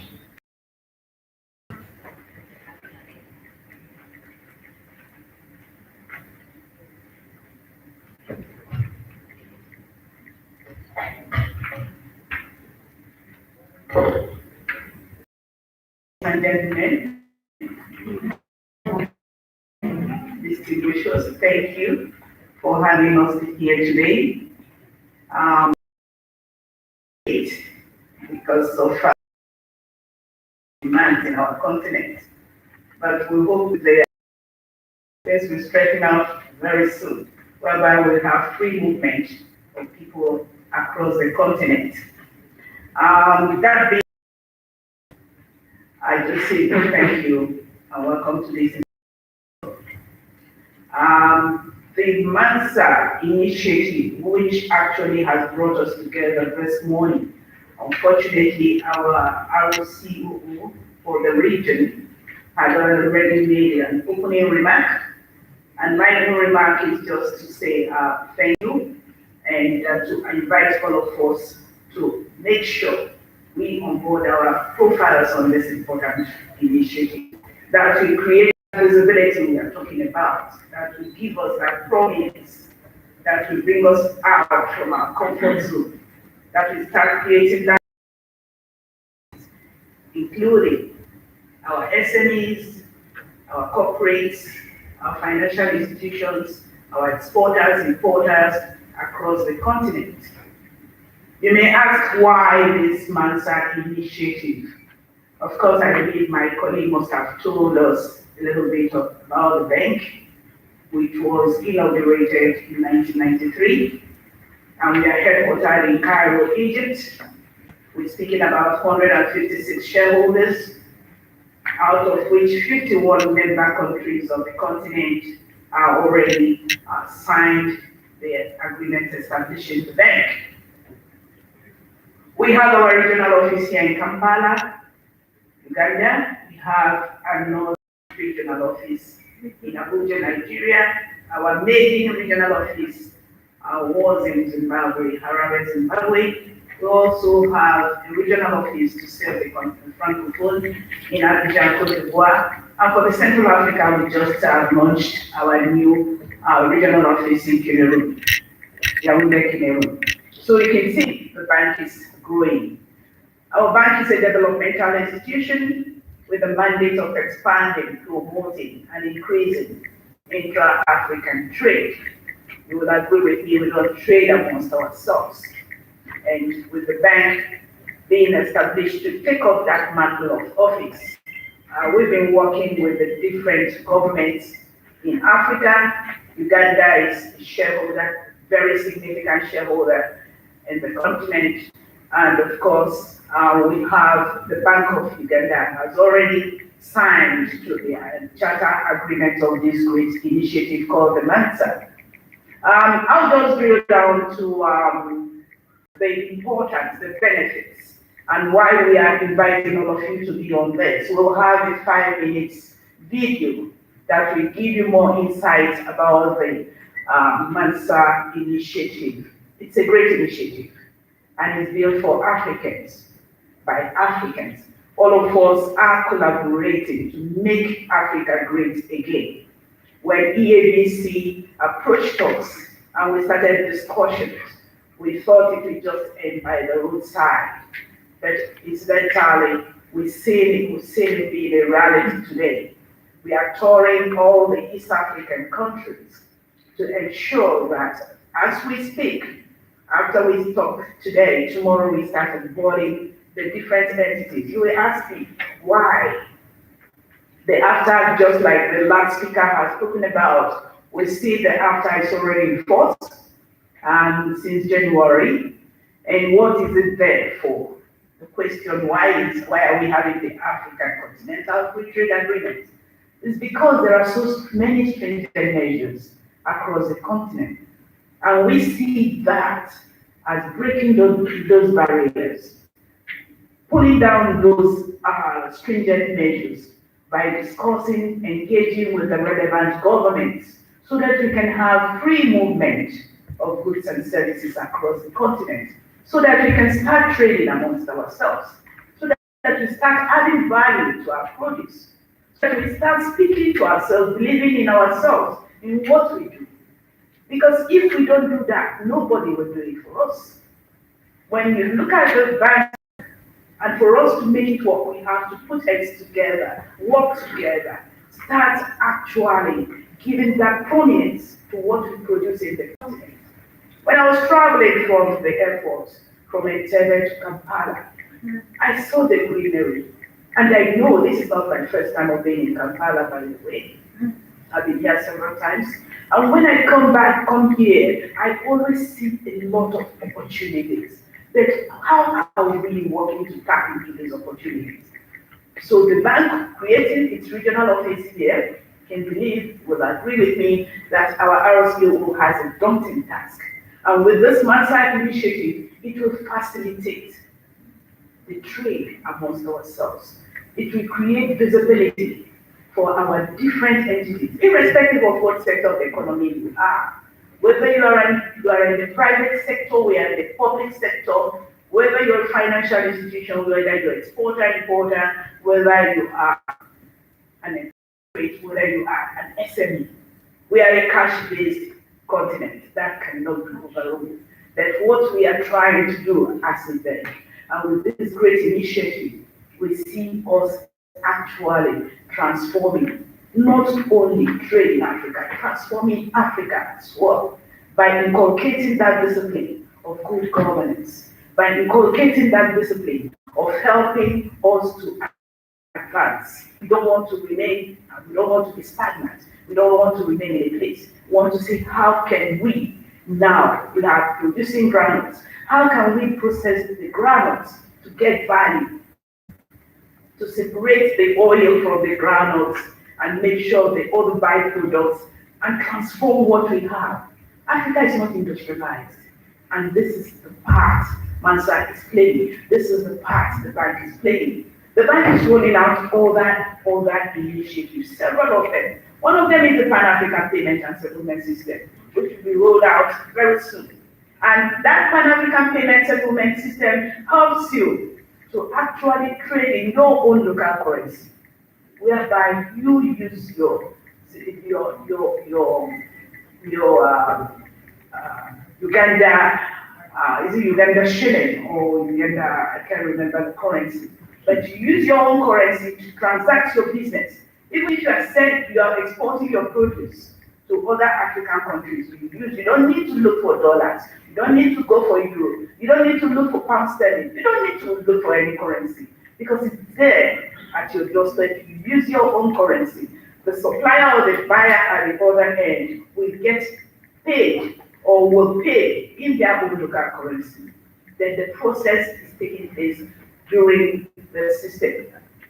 And what happens in this case is that once you have your information on the Mansa repository platform, it gives once you want to do your business, you don't need to go through the rigors of KYC or who is this entity that I'm trading with. I don't know him. Because you click of the button on the platform, you see a drop down of your name or your entity and everything you do, and that will assist the entity who wants to trade with you to start engaging with you. So you can see the importance of this great initiative.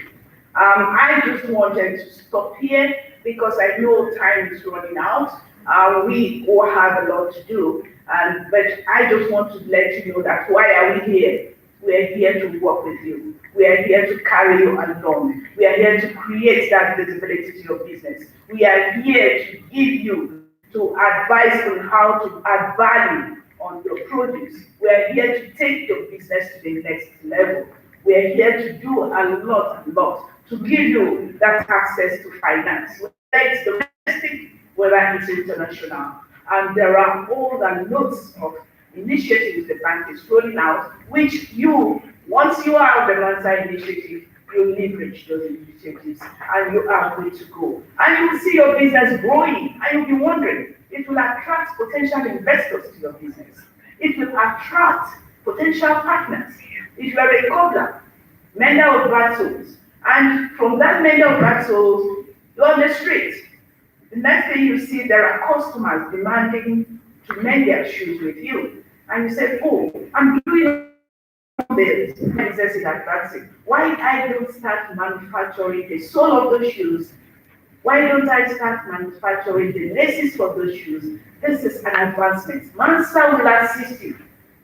Mansa is the answer to all challenges we are having in the continent as regards inadequate information, huge cost of compliance, and of course, assist us to grow our business, assist us to access funding. We also have what we call the Fund for Export Development in Africa. They are going to be headquartered in Uganda. We already signed that agreement. It also looks into startups and look at your capacity, see where they can invest. And when they start engaging with you, they can now tell you, we can give you this amount because we've looked at your business and we want to be partner to assist you, carry you along, hold you under your hands and grow with you. So this is why the bank is established and created. The bank is a developmental institution to assist all our entities in Africa. On this note, I think I will just invite my colleague, Fahad, or you've already done that, for us to play the 5 minutes video, and then you will have more insights. We are available throughout today, throughout tomorrow. We know we'll start onboarding as many as possible entities in Uganda, because that will provide you a lot of opportunities. And you don't want to lose out. Create good governance for you in your businesses. When I was citing examples I read when in my former life I looked at there are lots and lots of entities that have grown into conglomerates. One of them is Mercedes. Mercedes started from one man, just putting nuts and bolts together. And when we saw the business growing, there is Mercedes. It's a household name. It's one man name, but today it's a big name. If you don't own a Mercedes car, the brands, they've gone into value addition, they have different ranges, so why can't we have a lot of Mercedes companies also collaborate with us to make it a big success in East Africa? I will now invite the video for us to listen to. Thank you for your attention.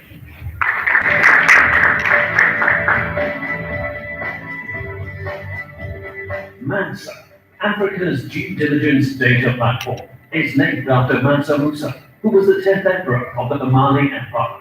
He is credited with placing Africa on the world map and opening up many trade routes in the 14th century.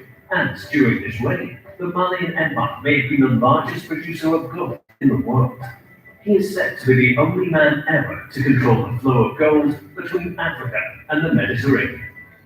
Today, information is the new gold, and the Mansa repository provides a single source of Africa-wide primary data required to conduct customer due diligence checks on African counterparties. It facilitates the availability of Know Your Customer (KYC) information of African entities. Whilst promoting good governance practices, the Mansa platform delivers insight into Africa with the ultimate aim of increasing trade. It does this through access to intelligence on due diligence to enable trade, as well by revealing the investment environment and opportunities to promote trade. Today, Mansa aspires to leave a legacy for trade through enhanced trading relationships and changing the perception of risk on the continent.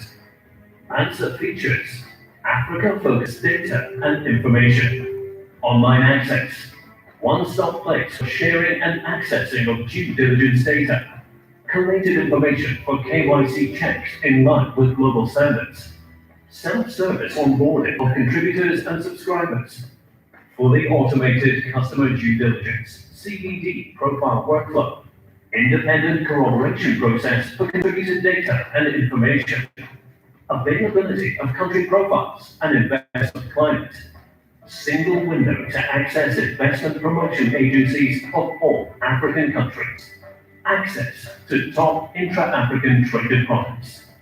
The Mansa's key players include Afreximbank, the operator of the platform, contributors, financial institutions, corporates and small and medium-sized enterprises, SMEs, repository, subscribers, consumers of the data and information shared on the repository. Subscription is open to all after verification of access. Verifiers, entities that are coordinating with regulatory authorities, as well as associations, registries, and credible market entities, such as top 4 firms, credit bureaus, corporate affairs commission, stock exchanges, and others. The benefits of Mansa are numerous in addressing today's trade challenges, the most important being, for subscribers, one-stop access to CDD information on African counterparties, smoothing of African entities' customer onboarding, reduced compliance costs, consistency of CDD information across various entities in Africa through standardized templates in line with global best practices and standards, provision of visibility on ultimate beneficial owners, UBO. For contributors, enhanced regulatory compliance through use of standardized templates, ensuring consistency of customer due diligence information, CDD, reduced regulatory risk, increase in transparency, potentially leading to expansion of trade, business relationships in Africa and the rest of the world. Promotion of the integrity of your organization and business owners through credible and independently corroborated data, potentially reducing current high barriers to access to capital, particularly for SMEs. Reduced compliance costs. For Africa, vis-a-vis the development impact, governance, Africa-wide impact, risk management, trade promotion, single primary source for KYC. In the final analysis, Mansa is a digital platform that aims to leave a legacy for trade on the continent by addressing de-risking and changing perceptions through providing insights into Africa, in the form of intelligence on due diligence data for enhanced regulatory compliance, as well as information on investing in Africa. Its ultimate aim is to enable increased trade with Africa and in Africa. MASA is the answer we are looking for to bring international financing back into Africa. Because of rising compliance costs, we've had many international banks cut credit lines to African institutions. Many countries have been one confirming bank, thereby creating big problems for the continent. MASA is an answer to that.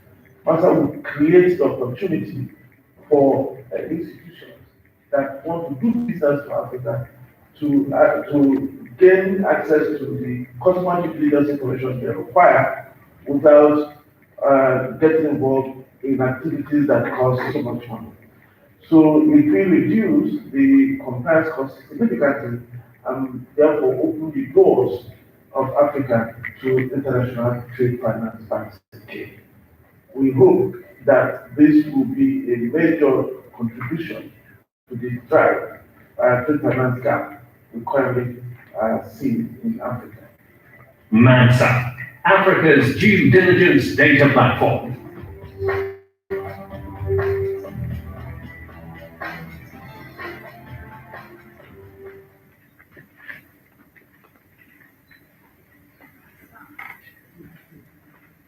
Thank you very much, Madam Maureen, for that detailed and for the video. I hope now at this point everyone is know about the MASA platform and the benefit to their businesses. And of course, I want to mention that at the end of this session, the technical team will be here to assist companies to register with the platform and so that you can take advantage on making your business and promoting your products to the African market. And at this point, before we do that action of launch, I welcome questions, and this session will be led by Farida. Farida, welcome. If you have any questions, please welcome participants, then we will launch it.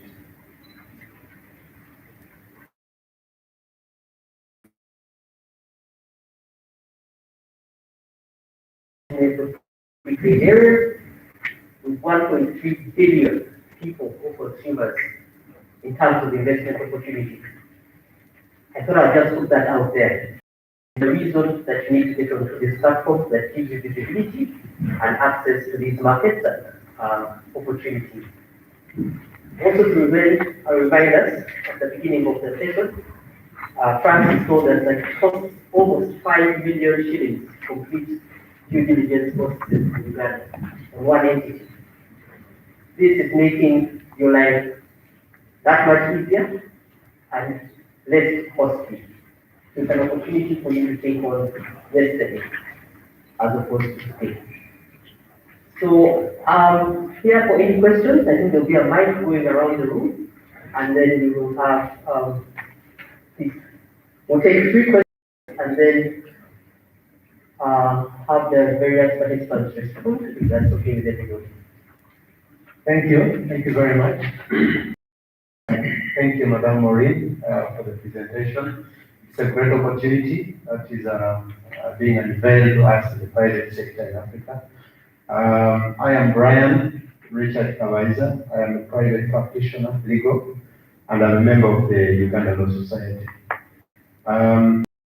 Great opportunity, I would say. I would only want to wish to know what do we need? What do we need to register? What is required to be registered?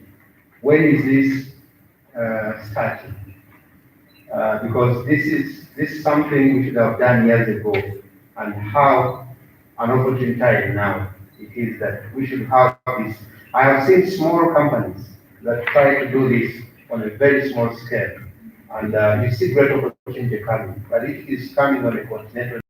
Wonderful. Thank you very much. Thank you very much, friend. We'll take 2 more questions and then we'll start with the answer. Thank you. And forgive me for speaking again so soon after already speaking, but this question is linked to Richard. Yes, Richard's question. Now, for multinationals like, let's say, Coca-Cola, of course, you represent Coca-Cola and Pepsi. And by the way, Dr. Jose, I must thank you very much for sponsoring our refreshments and drinks this morning. That's a Pepsi product. And please, everybody note that I am Coca-Cola, but I'm drinking Pepsi. Yes, we are present here and the system. So for multinationals, this might not be an urgent step to take. But for our trade partners, for instance, the people that take our products into the market and retail, it is something that even we definitely need very, very quickly.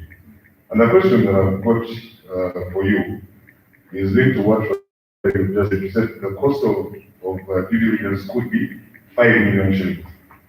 But now, what is the alternative cost here?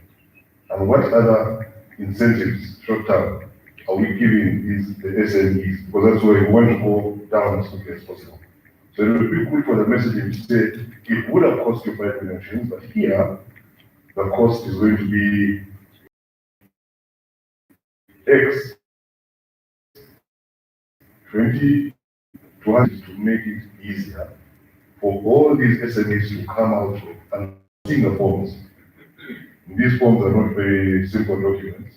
The KYC process itself is complicated as it should be, but we should have a champion system that makes it easier for these organizations to register and come on board. A mentorship or chaperoning process and like that. Thank you.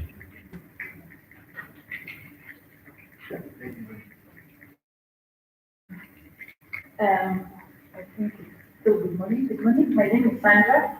Let's see, I'm Bella Group Limited. I deal in a value chain of shea butter, and I work with smallholder farmers. I'm very excited about this, and I think for the time when EABC contacted us, we are very excited. I have just two questions. Number one was, first of all, on the form. It looks a little bit, for me as I'm still a young person, but also for anyone else who is joining in on this. Will the information be a little bit much more simpler, because it was, the form was a little bit complicated for months, but I'm imagining the other people that, and also, I was asking, would you be able to support us on the technical bit to teach us through? Because the other question I had in my mind was, okay, you're inputting me the data starting today or tomorrow. Some of us have already submitted in, but now how shall we be able to follow up? How shall we be able to know that someone has checked for us? Or how shall we be able to get to know? Because we are really embracing the market, the African market, but we also need to have those technical bits. Some of us are just getting these digital spaces. Are you going to be able to give us that extra support to take us through, to walk us through, to ensure that we have a staff that is looking through all these? Yeah, but otherwise, I think it's somebody for us. Thank you very much. I'll hand that over to my colleague from Jurai to take.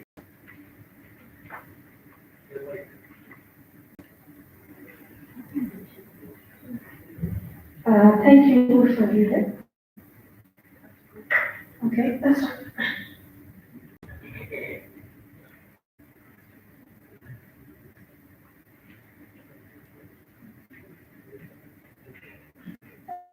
Good afternoon, everyone.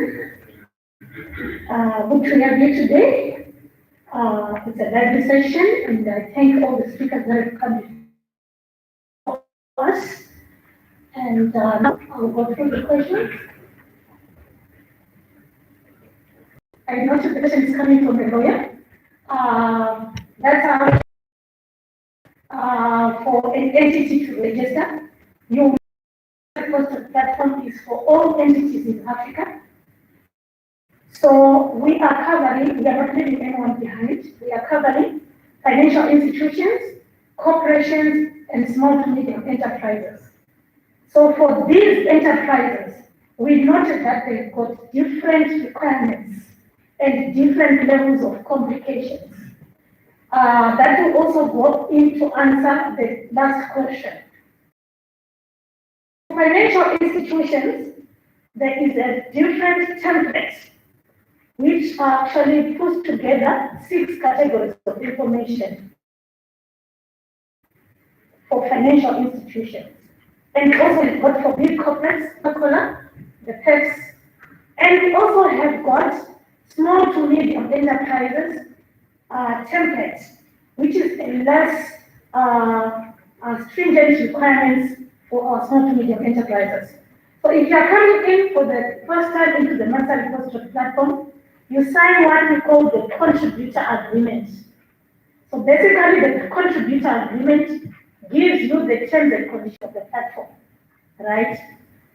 When you sign the contributor agreement, the next thing is to appoint an individual within your entity who is going to be responsible for managing and taking care, maintaining and keeping up to date information regarding your entity. In other words, this administrator that you are appointing has got 24/7, 365 days of the year access to the master repository platform to make any changes, whether it's in management, the board, or anything else that you want to change in the profile, as and when those changes do happen. And again, the administrator will be trained, and the administrator will also have got the powers to invite other makers and checkers within your own entity. The 6 categories of information that are covered within the platform mainly include identification information. What is your registered address? Can you show us your registration certificate? Who is the contact person? Do you have the website? What are the telephone numbers? Why we are putting this in place? We are trying to avoid shell companies because money launderers use shell companies. When I say shell companies, these are companies that are just on paper. They do not exist, but they are just created to facilitate illicit trade. So these information are required on identification to ensure that when you are dealing with somebody, it's an authentic entity which has got a physical address and people that are behind it. So anyone who wants to deal with a Ugandan entity and they're sitting somewhere in South Africa, if they find you on the master repository platform, they can be rest assured that at least this entity, after putting its information onto the platform, there was an agent called EABC who then went on to verify that information. So this is credible information which has been vouched by through a process which is actually going to promote trading amongst ourselves as Africa. Because if you want to send like people for the goods and you don't know the person in Uganda, the platform is there to give you confidence. You don't know the person in South Africa. You don't know the person in Nigeria. You don't know the person in Zimbabwe where you want to send the goods to.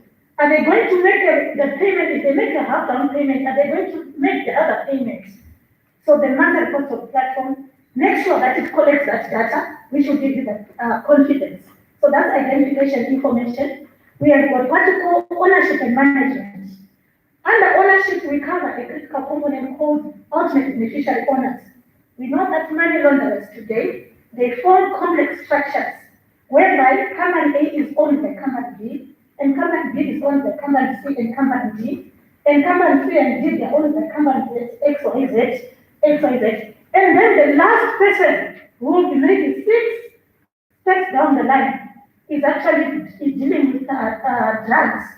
That's why they are getting their money to actually sponsor their activities.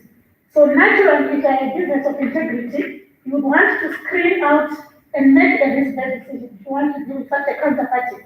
So under the ultimate beneficiary ownership, we ensure that companies disclose the UBOs, which are ultimate beneficiary owners. And this is one of the critical requirements. And these requirements, are they coming from AfCFTA? No. They are not coming from AfCFTA. They are coming from an international organization called Financial Action Task Force, which is actually monitors Uganda, monitors the rest of the world to ensure that their 40 recommendations are actually put into force, not only at company level, but at national level, right? So at national level, it's important. Now, how many Ugandans are here today? Raise your hands. Good. It's important that I highlight this today. The Financial Action Task Force came up with 40 recommendations. And these recommendations, they require the nations of the world to actually adopt them and put them in their legal systems to enforce know your customer whenever you are dealing with your customers. So nations of the world are assessed for compliance regarding adherence to those 40 recommendations. And if you are found wanting in terms of national framework, these assessments are done by your peers, right, within a group. And if you are found wanting, you are either grey listed initially, and then if you don't reform, you are then blacklisted. Today, as I speak, that's why I said, how many Ugandans do we have today? Today, as we speak, we have got 5 African countries that have been grey listed under the National Action Task Force, and this includes Botswana, Mauritius, Zimbabwe, Ghana. I understand they are in the process of being is now out, and the 5th one is Uganda. So as Uganda, we are grey listed. Reasons for grey listing can vary.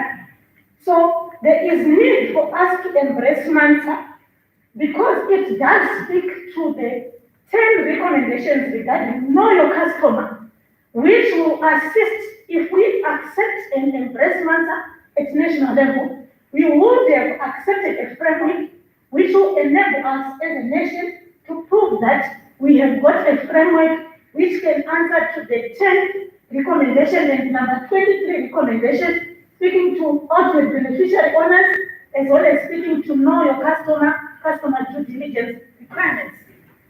What does grey listing, how does it impact? It does impact businesses like yourselves, in that you're not able to send money M1, M2, it will take long, because people are trying to see this country is under grey listing.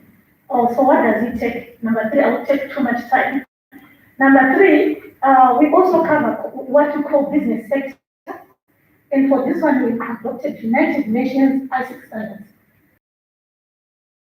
Either retail, wholesale, which sector, medical, etc. So you choose, there's a drop-down list in the system.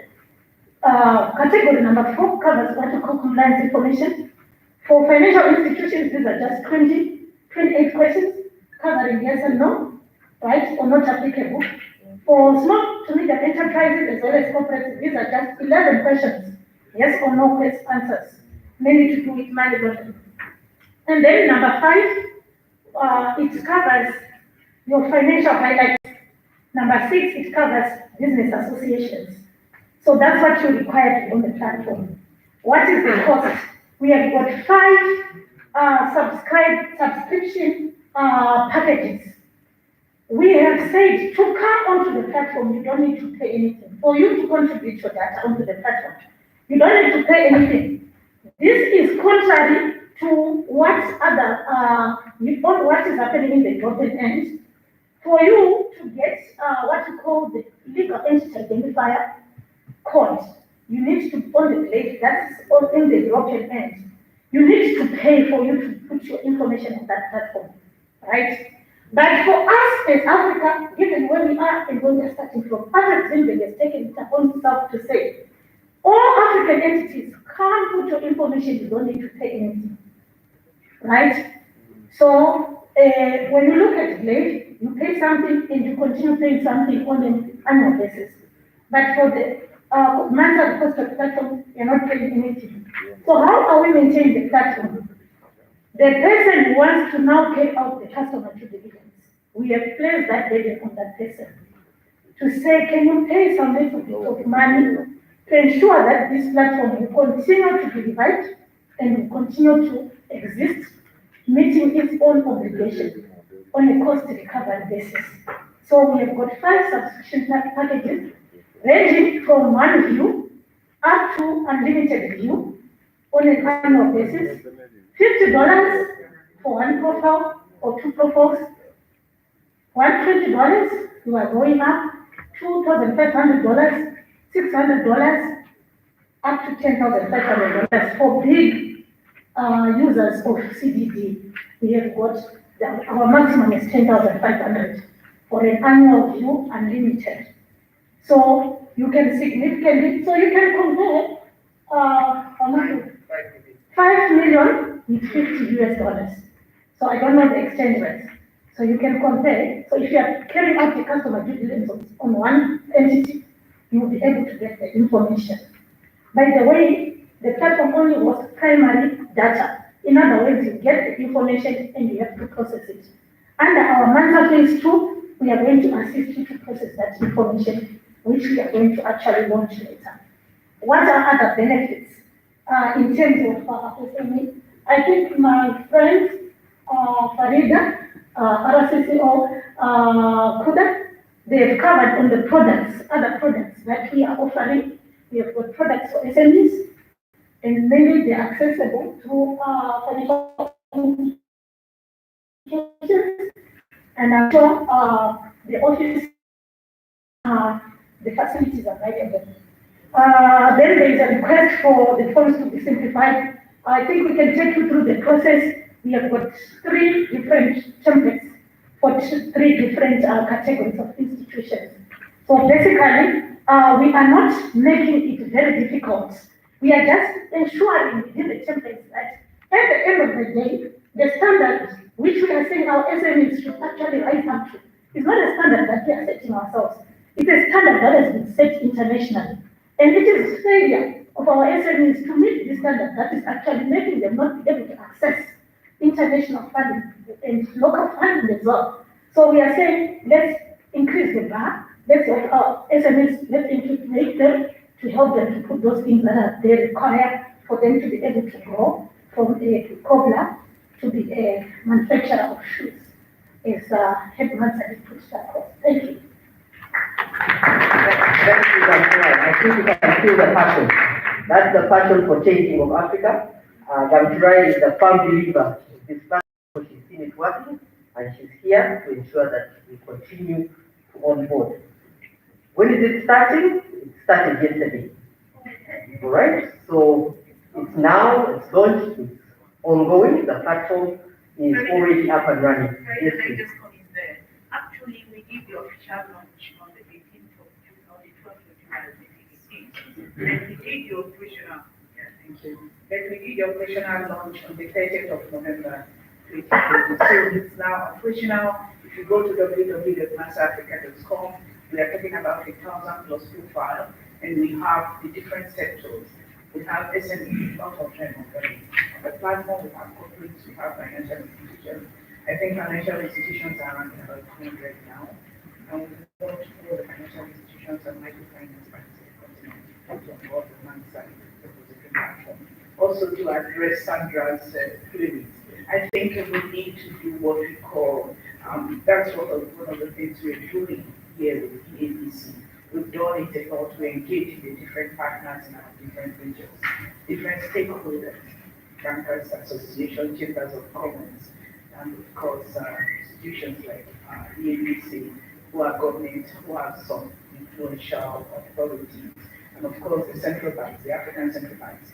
It will interest you to know that the Association of African Central Banks has already endorsed NAFTA as Africa's Hub for Diligence.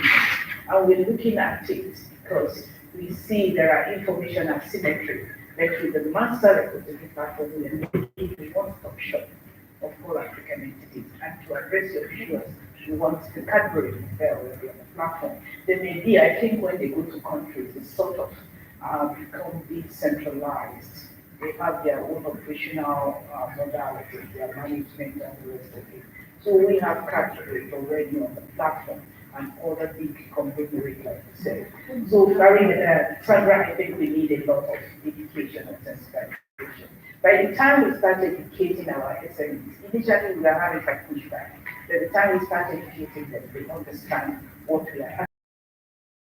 The information we are posting there just no brainer, and they start using that. So I think we need to work together to Thank you, Madam Maureen. In terms of technical support, We have Fahad sitting on the ground here. Maybe Fahad, you can stand up for recognition. Sandra, Fahad is here to support you.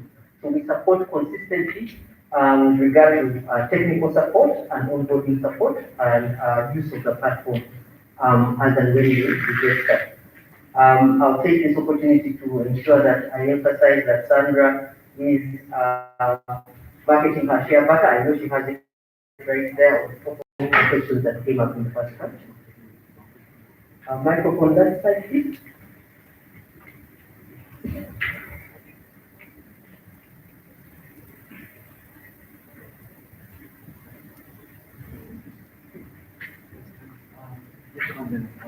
We will keep the answers precise and then we'll go into the launch. We have another set of questions. Thank you. Good morning.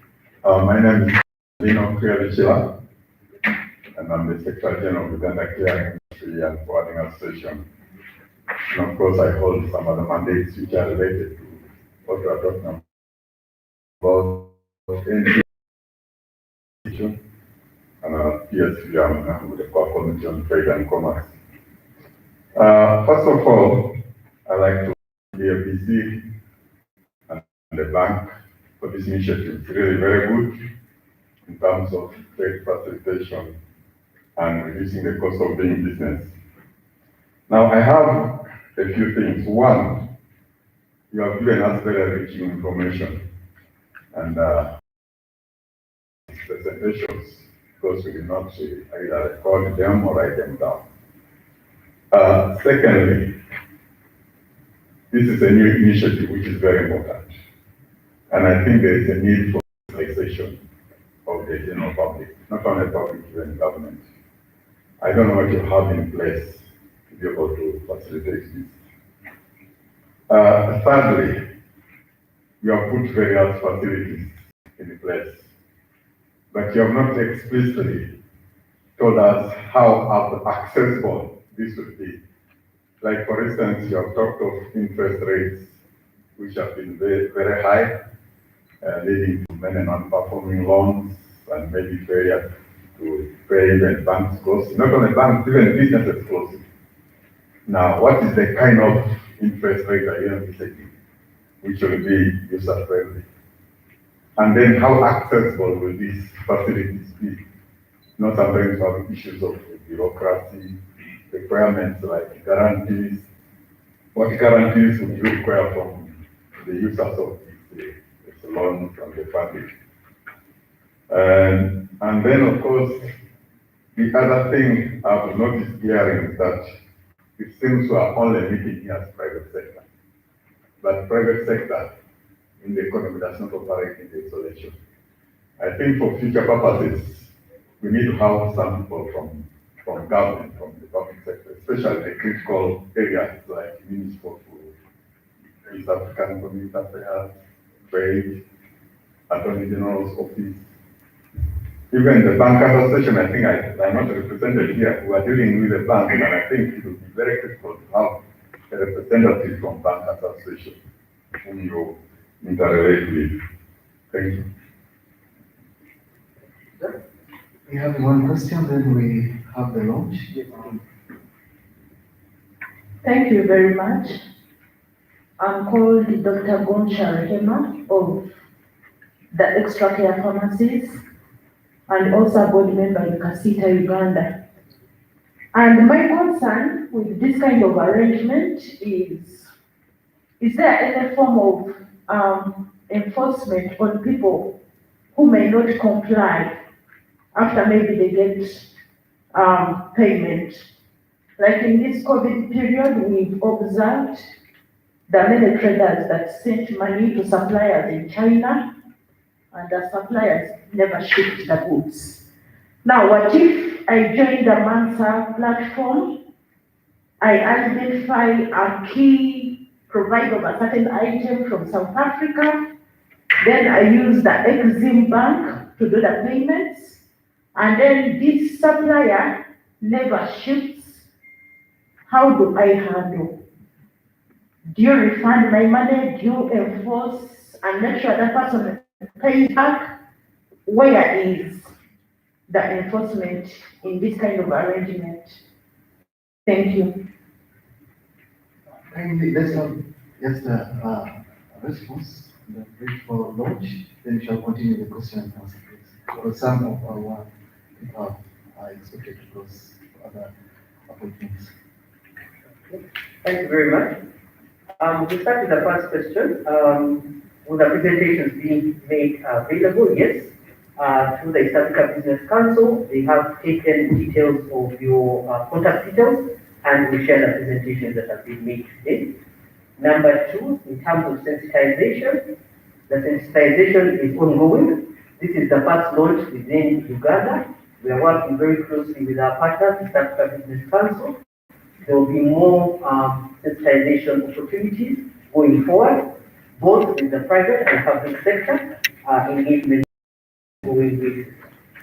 There was a question with regard to facilities, and Mr. Makereke will take that. Thanks, Serena. Thank you very much. I think I can go back to the point that Farida mentioned. There's quite a number of initiatives regarding the rollout. We are available.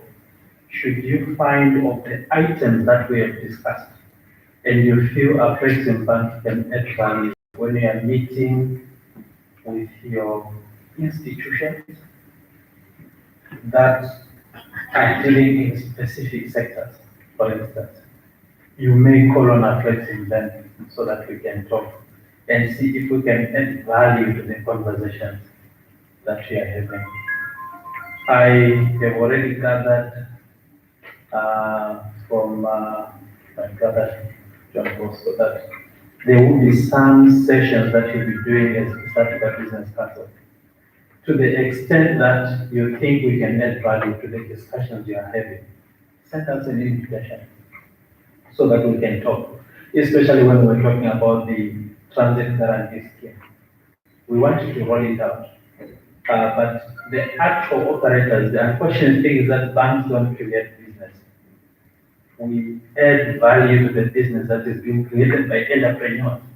So to the extent that we are there when entrepreneurs are talking their challenges, their problems, we can then suggest some solutions. So we are public servants. Farida and I are employed by 51 African countries.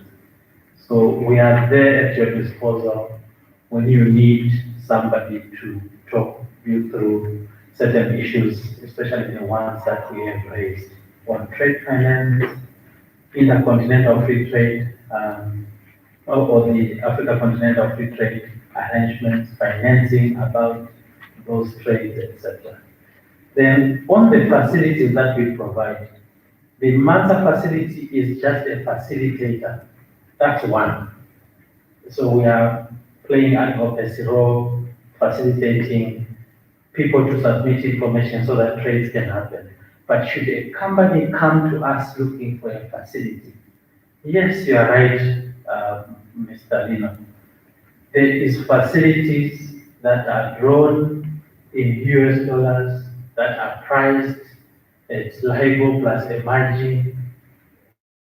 Those we try as much as possible for the pricing to be friendly, but we are commercial lenders, a Flexing Bank. And that's the way we were designed. That's the way we were designed. I hear a lot when we are talking, people want concessions. Yeah, we hear that. No economy was built on a grant. Never. We lend money commercially. We try as much as possible to make costs bearable, but we also want you. There are other institutions that can give that attention, but ours is commercial loans. That's just the way it is. And I will say it in front of our shareholders, government of Uganda, because that's how we are structured. So, that's okay. Then there was the issue of inviting, of course, largely today it is the private sector, but yes, we do work with government very well. And I think we will discuss this with PSFU, that in our future engagements, maybe we can have representation from other units. They are represented. Okay. Okay, that's fine. Then there was also a question from Casita, people who may not comply. Let me deal with that. MANSA is not a solution for credit risk. Credit risk is dealt in other words. So if I want to sell goods, I have to make sure that I with them that there is mitigation of the risk of payment. And I ask them to open a letter of credit, or I ask them to do an advance payment, or I ask them to intermediate a local bank to intermediate on behalf of that, so that they deal with issues of credit, non-payment. What we are dealing here with in MANSA is your ability to trace a company that is purporting to be a buyer of coffee, for instance, in South Africa, exists. And most people, the people that defraud you, are people that do not, that exist. It's people that actually exist. So the way you deal with the risk of non-payment is not MANSA. MANSA is the way you deal with the issue of does the company even exist? Are they there? Then you have to do more due diligence. Ability to pay. Ability to pay is dealt with using other instruments, not the MANSA. The MANSA helps you deal with is Farida who says she is Farida. Does she even exist? That's what we are dealing with MANSA. So we are dealing with a company that is legitimately incorporated, that says it is in Johannesburg, that says that its director is Kudakwashi, who is 70 years old, and whose other director is so and so. That's what MANSA deals with. I don't know if that is making sense. So then you cannot therefore hope to get cured by a company that was legitimate on MANSA, but that did not pay by placing the claim with MANSA. It cannot happen. In the banking institution, what they do is that if you receive a SWIFT message from a bank that calls itself Continental Bank in India, you go into the banker's almanac, you check whether that bank exists in the bank almanac. It's similar to what we are providing. But does it mean that finding them in the bank almanac, they will not defraud you, or they may still not pay you? So, but there's means and ways in which you deal with the risk of payment. Here we are dealing with KYC risk. That's what we are dealing with, not payment risk. I hope I addressed the question, my sister, from Casita. Okay. All right. Thank you. Okay. I believe we are going into the formal launch. And I'll hand over to my colleague. Thank you, Farida. Thank you very much. Now we the question and answer session will proceed after the launch. But for now, because of the time, I wish to welcome our chairman to come forward, and also Mr. Francis Serena from BSF, come forward. Maggie Kigoze, please come forward. Madam Maureen, the Regional Chief Officer, Casita, the President of Casita, Chairman of the Secretary General of OSIFA, Lino, please come forward.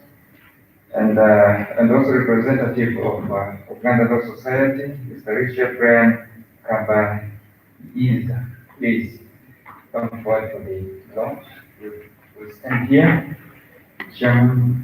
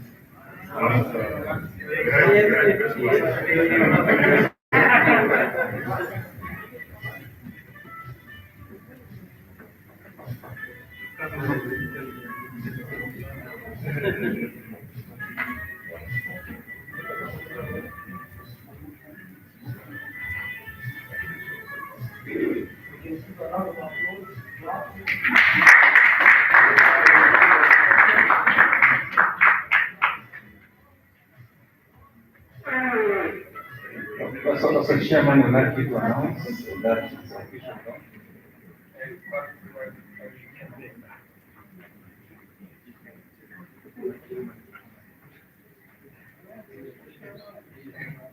So, ladies and gentlemen, announcing the official launch of MANSA. May all be compliant and build trade and the African economies going forward.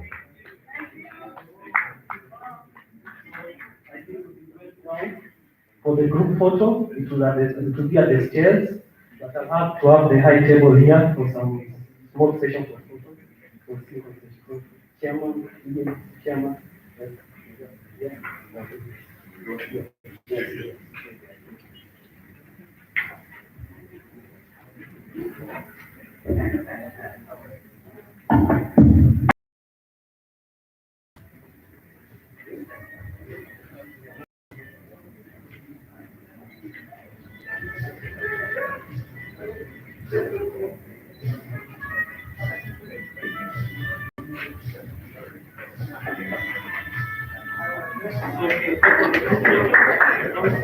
So we go to the group photo downstairs and then we come back.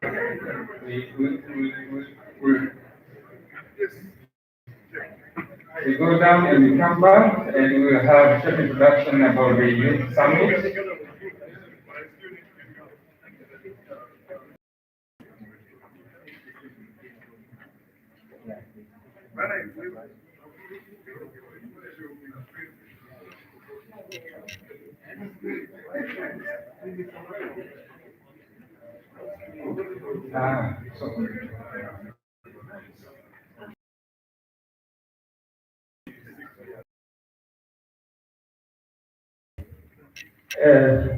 Colleagues, really I want to say thank you. I really appreciate that. I think before we go for a group photo, and I know it is a busy day, I suggested that maybe we take a couple of key recommendations, and I will call upon my brother from AfCFTA Bank to do some closing remarks. But I wanted just to give you a comfort in terms of how we move this forward from the EABC side.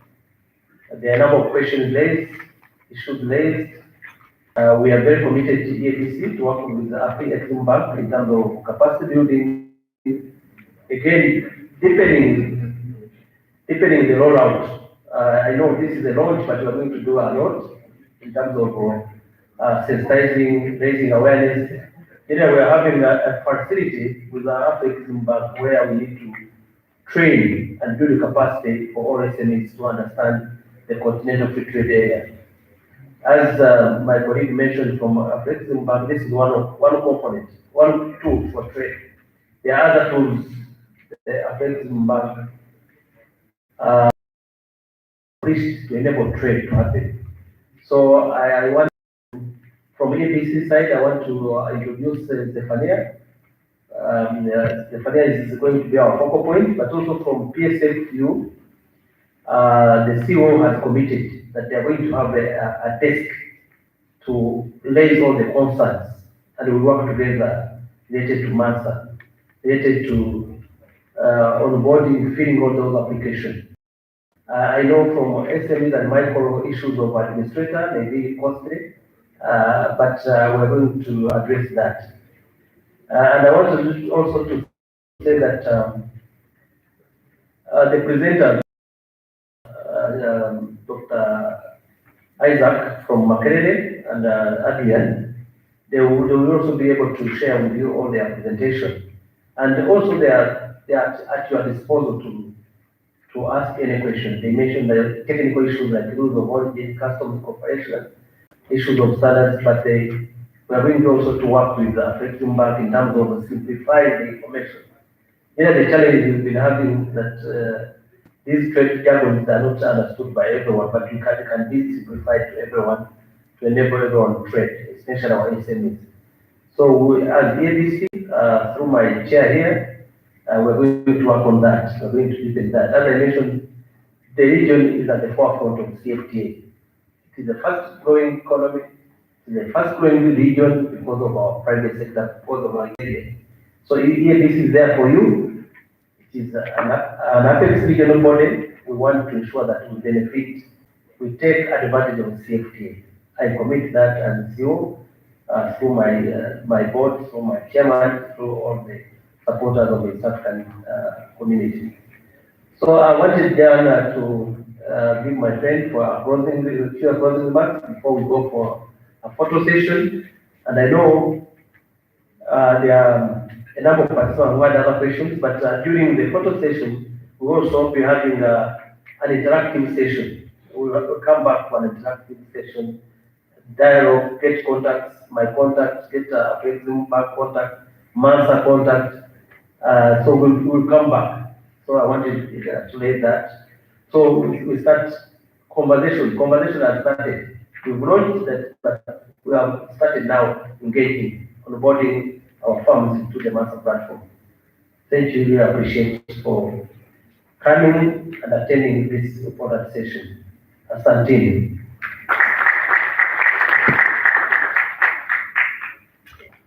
Thanks, Mr. Kalisa. From where we sit as a President Bank, Fahad is our guy. So he will be going from office to office where he is required to clarify the difficult points on the forms until we get the numbers. We are here tomorrow, or the team is here. We are always here, but the traveling team together with Fire are here tomorrow. The expectation is that we need to sign up minimum 100 names a day. 100. Why we're saying this is we actually need to deliberately place the ambitious targets of having people on board so that they can be found. It's about being traceable. It's about being found. When somebody say you want to trade sesame seed to South Sudan, your name is Kundakwache Private Limited Uganda. People don't know who Kundakwache Private Limited in Uganda is, but if you go to Mata, you can be traced. That's the challenge we have. We will then be traveling with the EIBC in the different East African countries, and we'll be following exactly the same format. But the fact that we are in Rwanda or Burundi next week does not mean that if there are any inquiries, we will channel those inquiries through EIBC. If there is critical number of questions, we can organize a session, deal with the issues, and again target to record 100 people on each particular day. That's the target that we place ourselves in. That's point number one. Number two, my brother Mr. Kalisa, is the point that I raised. When we are now dealing with the other business segments within the EABC for which we have a particular interest. Share with us what you are doing for the manufacturing sector. Share with us with what you are doing for those in the service sector. Share with us with what you are doing for those in the transportation and logistics, especially things that have to do with trade. We want to unblock borders and the challenges that people are facing. We have a unit in the bank called the Intra-Africa Trade Initiative.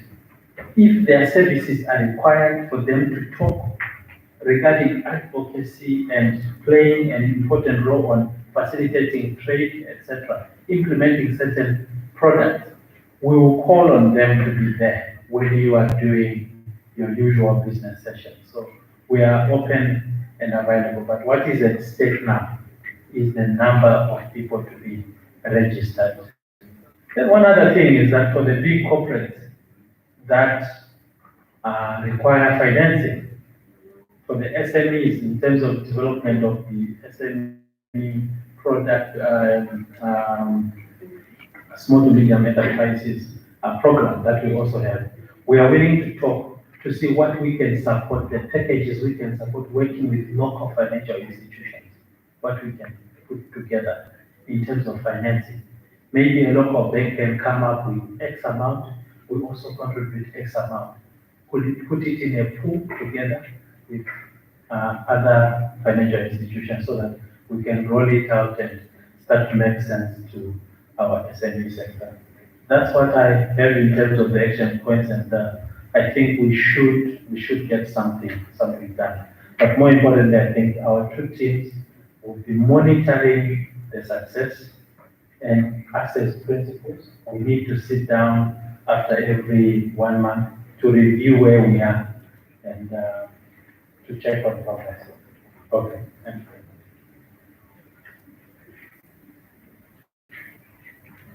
Yeah, thank you very much. Again, I want to thank our counterpart from AfCFTA Bank. Again, tomorrow we are here, and the tomorrow session is not a conference, it's engagement, business engagement, understanding those issues, how to onboard yourself. So we'll be here, EABC team, master team will be here in the morning from 8 to midday. So all those questions raised, please feel free to come back in the morning and any other question you may have. So allow me now, really, first of all, to thank our chairman for opening and for supporting us. But I want to also to recognize our sponsors. Again, we appreciate Dr. Maggie from Explorer and other sponsors who have doing the effort